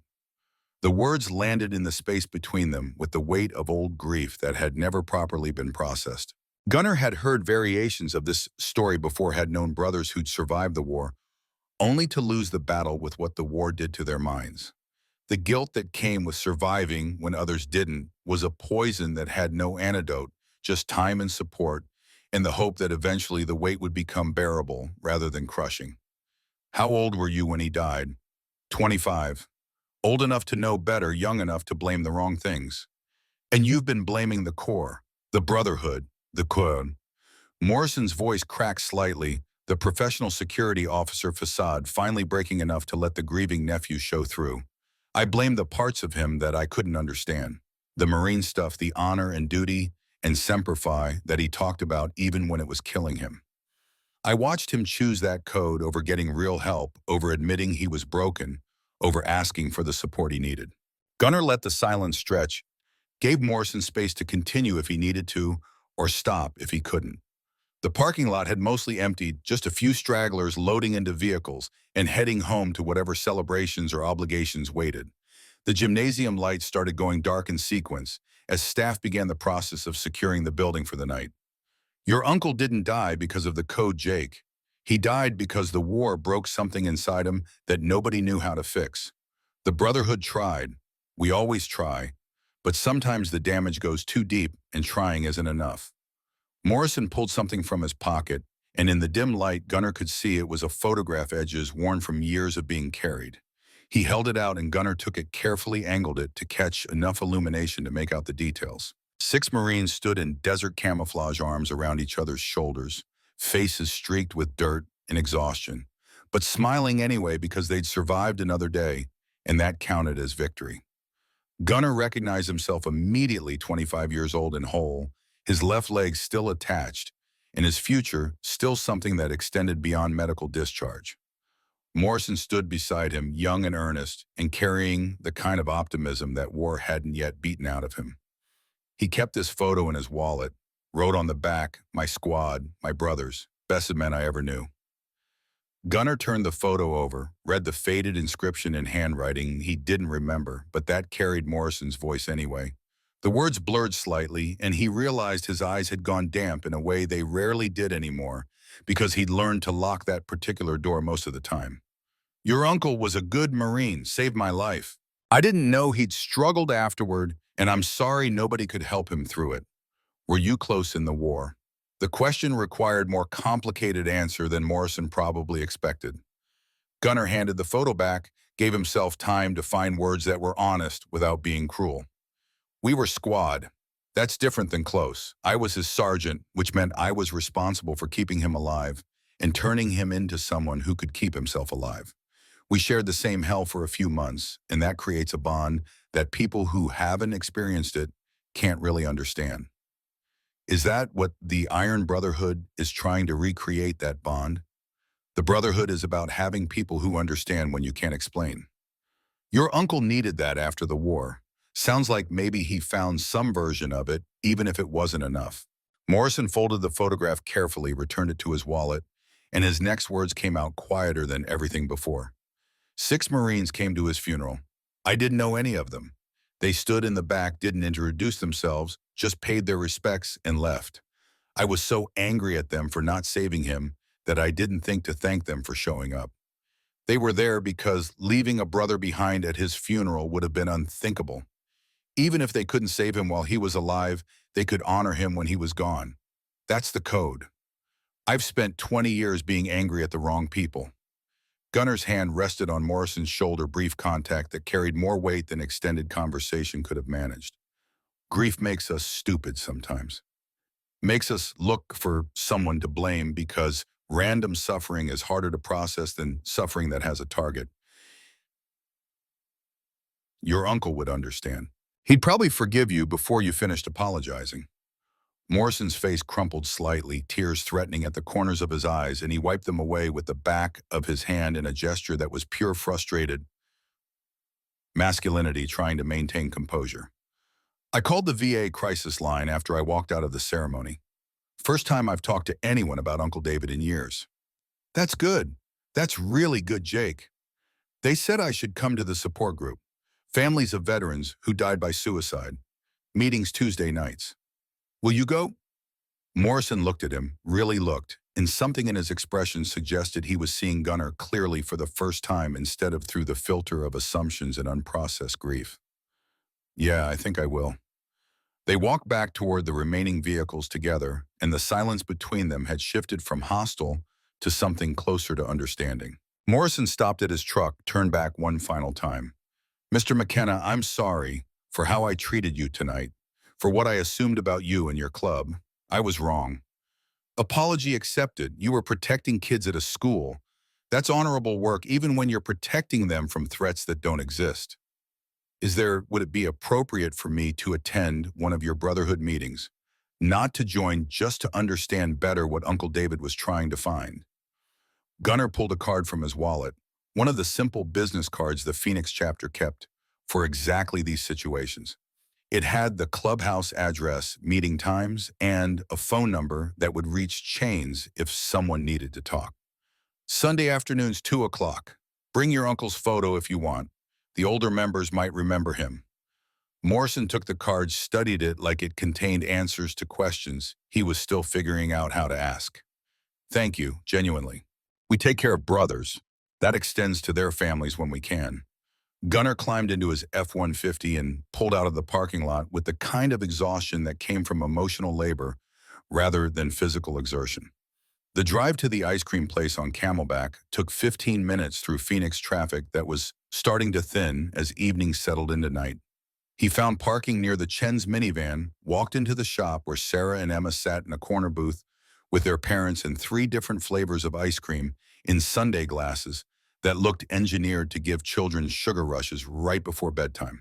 Sarah had ordered him chocolate, which meant she'd remembered, despite everything else that had happened tonight. He slid into the booth next to her, and she automatically shifted closer so their shoulders touched. The contact was casual and comfortable, and represented more trust than all the standing ovations in the world could match.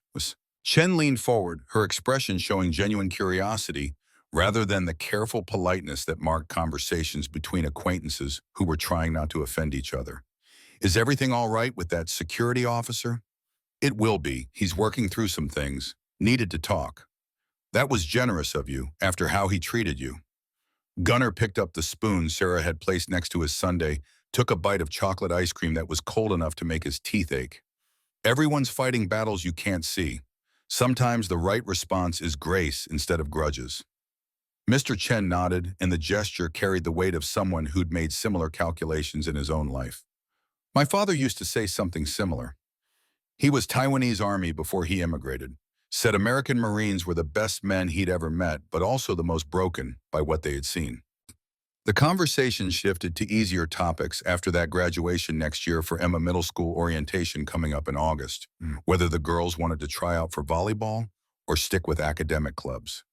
Gunnar participated when directly addressed, but mostly just listened, watching Sarah laugh with Emma about something that 12-year-olds found hilarious and adults couldn't quite track. He thought about Elena, about how she would have loved this moment, not the confrontation at graduation, but this afterward part where Sarah got to be just a kid eating ice cream with her best friend while her father sat nearby and provided the stable background presence that allowed children to feel safe enough to be silly. Elena had been better at these social situations, had known instinctively how to navigate conversations that Gunnar still approached, like tactical problems requiring careful planning. They stayed until those girls had finished their ice cream and started the inevitable negotiation about whether they could get one more scoop. Mrs. Chen shut that down with the practiced firmness of someone who knew exactly how much sugar to allow before the consequences became everyone's problem. The families separated in the parking lot with promises that Sarah and Emma would see each other at orientation and maybe get together before then if schedules allowed.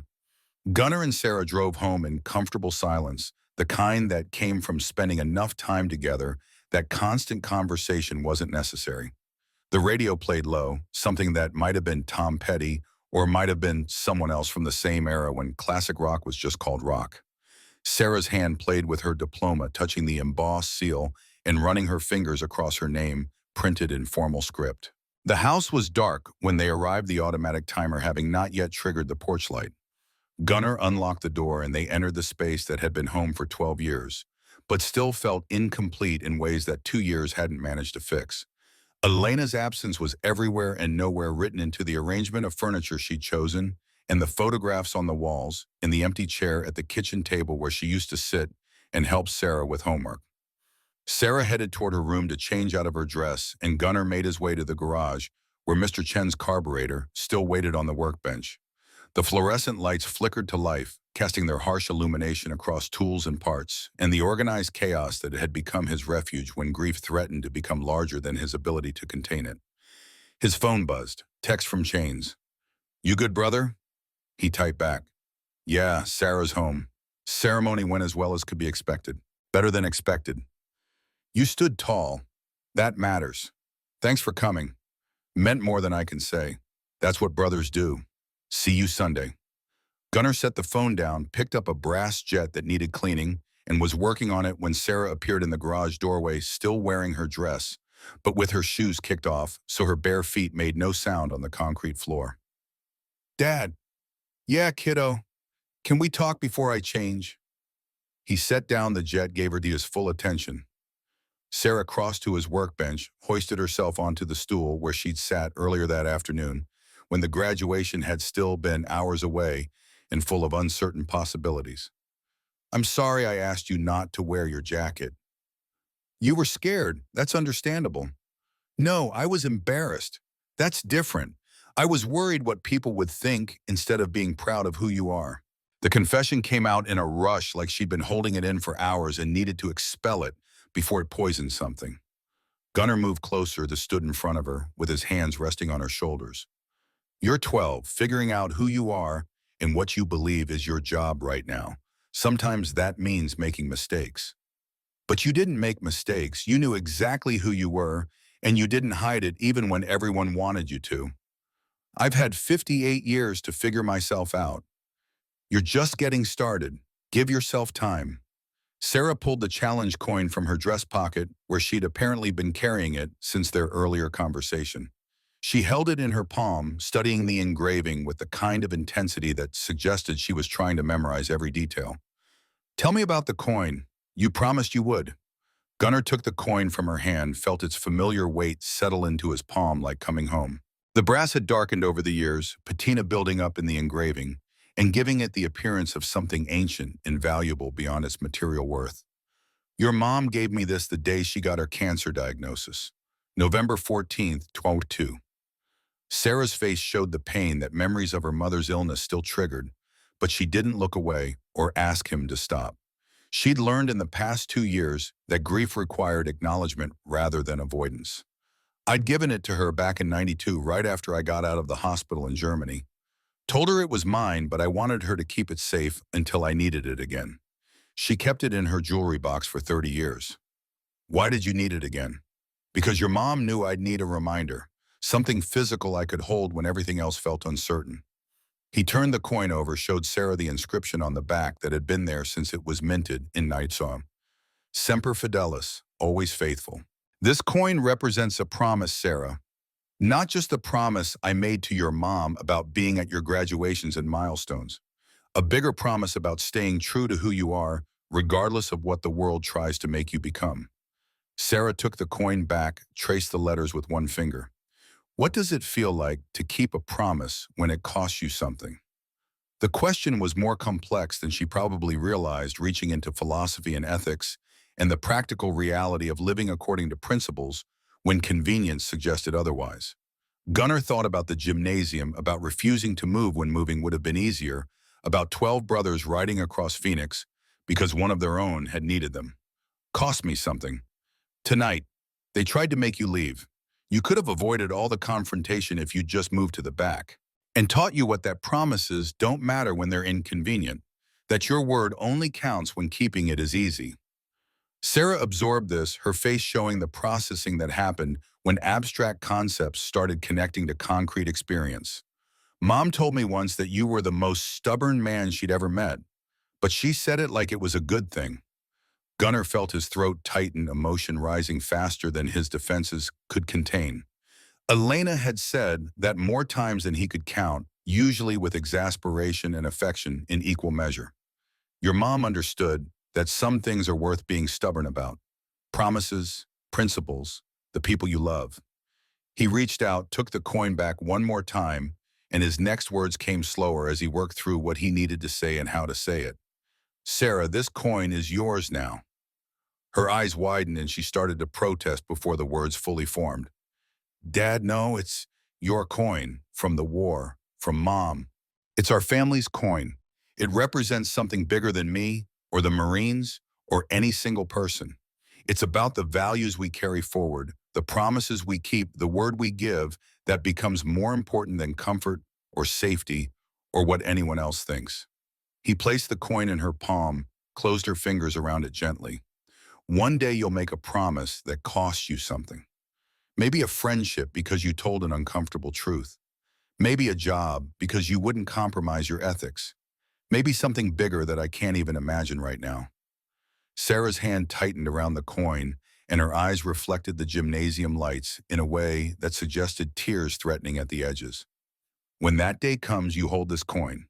You remember your mom kept her promises even when cancer was killing her.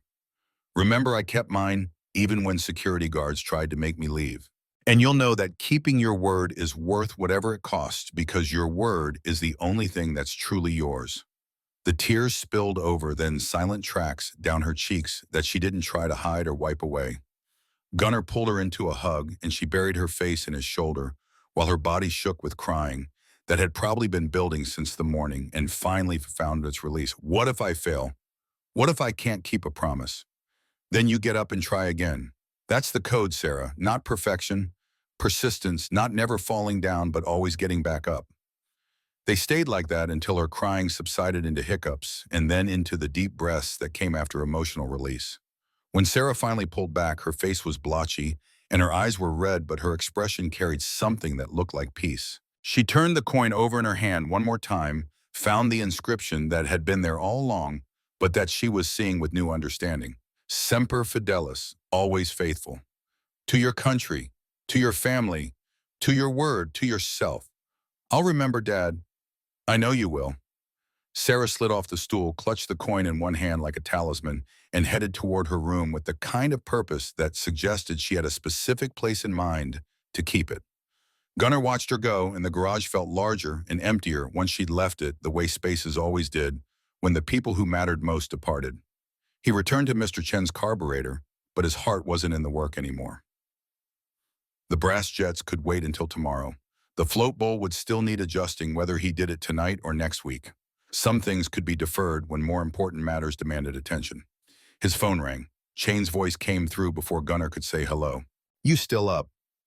Yeah, finishing work in the garage. How's Sarah? Good, better than good. She understands now, I think. Elena would be proud, brother. The words hit harder than they should have, and Gunnar had to swallow twice before he could trust his voice to respond without breaking. Hope so. Did my best. I know you did. That's all any of us can do. They talked for another few minutes about nothing important. Sunday's chapter meeting, the upcoming charity toy drive in December, whether Big Mike was actually going to retire from construction or if he'd keep finding excuses to work for another decade. The conversation was comfortable and meandering, and exactly what Gunnar needed after a night that had required more emotional energy than he'd anticipated spending. When he finally hung up and headed into the house, Sarah's bedroom light was still on. He paused outside her door, knocked softly. Come in. She sat at her desk with her diploma propped against the lamp and her medal hanging from the corner of her mirror. The challenge coin rested on a small stand she must have retrieved from somewhere positioned, so it caught the light and reflected it back in bronze highlights. You okay, kiddo? Yeah, just thinking.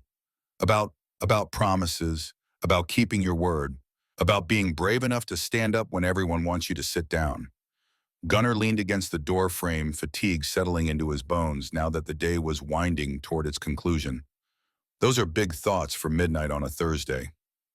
Mom used to say that the important stuff happens when you're not expecting it, that you don't get to choose when to be brave or when to keep your promises. You just have to be ready. Your mom was smart about a lot of things. Sarah picked up the coin, held it so the inscription caught the light one more time. I'm going to keep it right here, so I see it every morning and every night, so I don't forget what it means. That's good. That's really good, Sarah. He moved to leave, let her get ready for bed, but she called him back before he reached the hallway. Dad, thank you for tonight, for not leaving, for showing me what it looks like to stand tall. His throat closed around the response he wanted to give, so he settled for what he could manage. Always, baby girl. Always. The next 3 months passed with the kind of speed that only seemed possible in retrospect. Summer arrived with its characteristic Phoenix intensity, temperatures climbing past 115 degrees, and making outdoor activity and exercise and strategic planning around the hours when the sun turned asphalt into something that could melt shoe soles. Sarah spent her days at summer camp, came home with stories about swimming lessons and art projects, and the complex social dynamics of 12-year-olds learning to navigate friendships. Gunnar worked in his garage, rebuilt carburetors and transmissions, and anything else that required mechanical understanding rather than emotional processing. The Phoenix chapter rode every weekend long stretches of highway where the world reduced itself to pavement and ska and the rumble of engines that drowned out thoughts that tried too hard to be heard. Jake Morrison showed up at the clubhouse on a Sunday in mid-September, looking nervous and uncertain but present anyway. He brought his uncle's photograph, and 3 of the older members recognized Private David Morrison from Kuwait and spent an hour sharing stories that made Jake laugh and cry in alternating waves.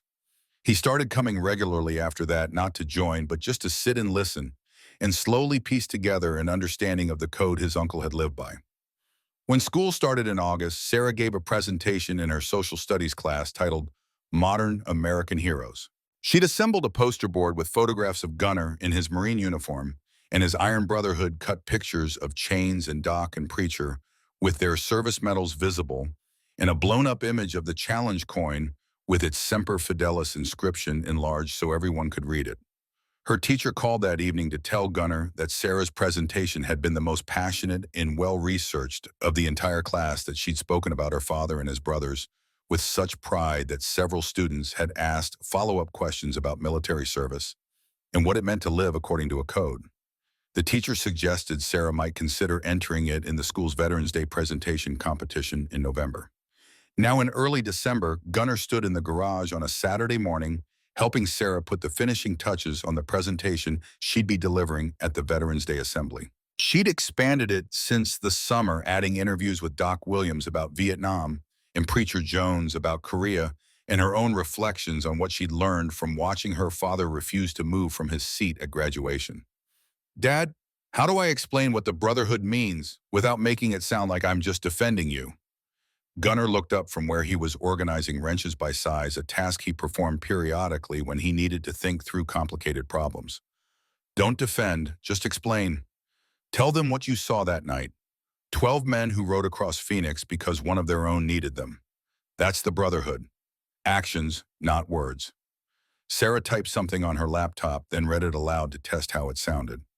My dad's motorcycle club is 60% military veterans. These men fought for our country. They lost legs, arms, friends. They earned the right to wear any jacket they want, and they've earned our respect regardless of what stereotypes suggest. That's good, strong. But is it too strong? Mrs. Patterson said I should be balanced. Balance doesn't mean pretending both sides have equal merit. Sometimes one side is right and the other side is prejudiced. Your job is to present the truth clearly, not to make prejudice feel comfortable. She nodded, made a note, continued typing. Gunnar watched her work with the kind of pride that didn't need expression to be real.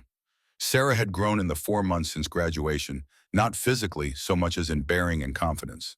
She carried herself differently, now spoke with more certainty, seemed to have developed a spine that would serve her well in the decades ahead. His phone buzzed. Text from an unknown number. Then he realized it was Jake Morrison using his personal cell rather than the work number they'd exchanged. Brad, McKenna wanted you to know I'm volunteering at the Iron Brotherhood toy drive next Saturday. Hope that's okay. Gunnar typed back, more than okay, we can use the help. Thanks for stepping up. It's what Uncle David would have wanted. Finally feels right. The exchange was brief but carried weight that transcended the simple words. Morrison was finding his way back to something his uncle had understood, learning to honor David's memory by embracing the code rather than rejecting it. The healing was slow and imperfect, but it was happening, which was all anyone could ask. Sarah finished her edits, saved the document, closed her laptop with the satisfied finality of someone who'd completed work they were proud of. Done. Want to hear the whole thing? Always. She picked up her notes and launched into the presentation with the practiced delivery of someone who'd rehearsed enough times to have internalized the rhythm. Her voice carried confidence and passion in equal measure. And when she reached the part about watching her father refuse to move from his seat while security guards tried to intimidate him into leaving, her emotion was genuine and powerful. The conclusion tied everything together: military service, motorcycle brotherhood, the challenge coin's meaning, and what she'd learned about keeping promises regardless of cost. When she finished, the garage was silent except for the distant hum of traffic on the street outside. Gunnar stood crossed to where his daughter waited for feedback and pulled her into a hug that communicated more than any verbal assessment could manage. Your mom would be so proud of you. You think so? I know so. You're exactly who she hoped you'd become. Sarah hugged him back, and they stood together in the garage, surrounded by tools and motorcycles and the accumulated evidence of a life lived according to principles that mattered more than comfort. The challenge coin sat in Sarah's pocket, carried everywhere now, the same way Gunnar had carried it for 2 years after Elena's death. Outside, the December sun climbed toward its winter apex, and Phoenix prepared for another day where the temperature would hit 75 and people would wear shorts while the rest of the country shivered.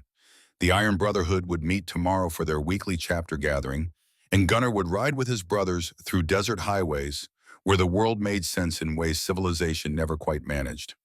But right now, in this moment, he was just a father standing in a garage with his daughter who'd learned to stand tall and keep her word and carry forward the values that connected her to a mother who was gone, and a family line that stretched back through generations of McKennas, who'd understood that character was built in the moments when no one was watching and proven in the moments when everyone was. The challenge coin rested in Sarah's pocket, warm from her body heat, ready for whatever promises she'd make in the years ahead. And Marcus Gunnar McKenna knew with absolute certainty that when those promises came, when the cost mounted and the easy path beckoned, his daughter would choose to stand tall. Because that's what McKennas did. Because some things were worth defending regardless of price. Because a promise made was a debt owed, and debts got paid no matter how long it took or what it cost to make things square. Always faithful. To country. To family. To the word you gave when giving it meant something. That was the code. That was the legacy. That was what endured when everything else faded into memory and dust.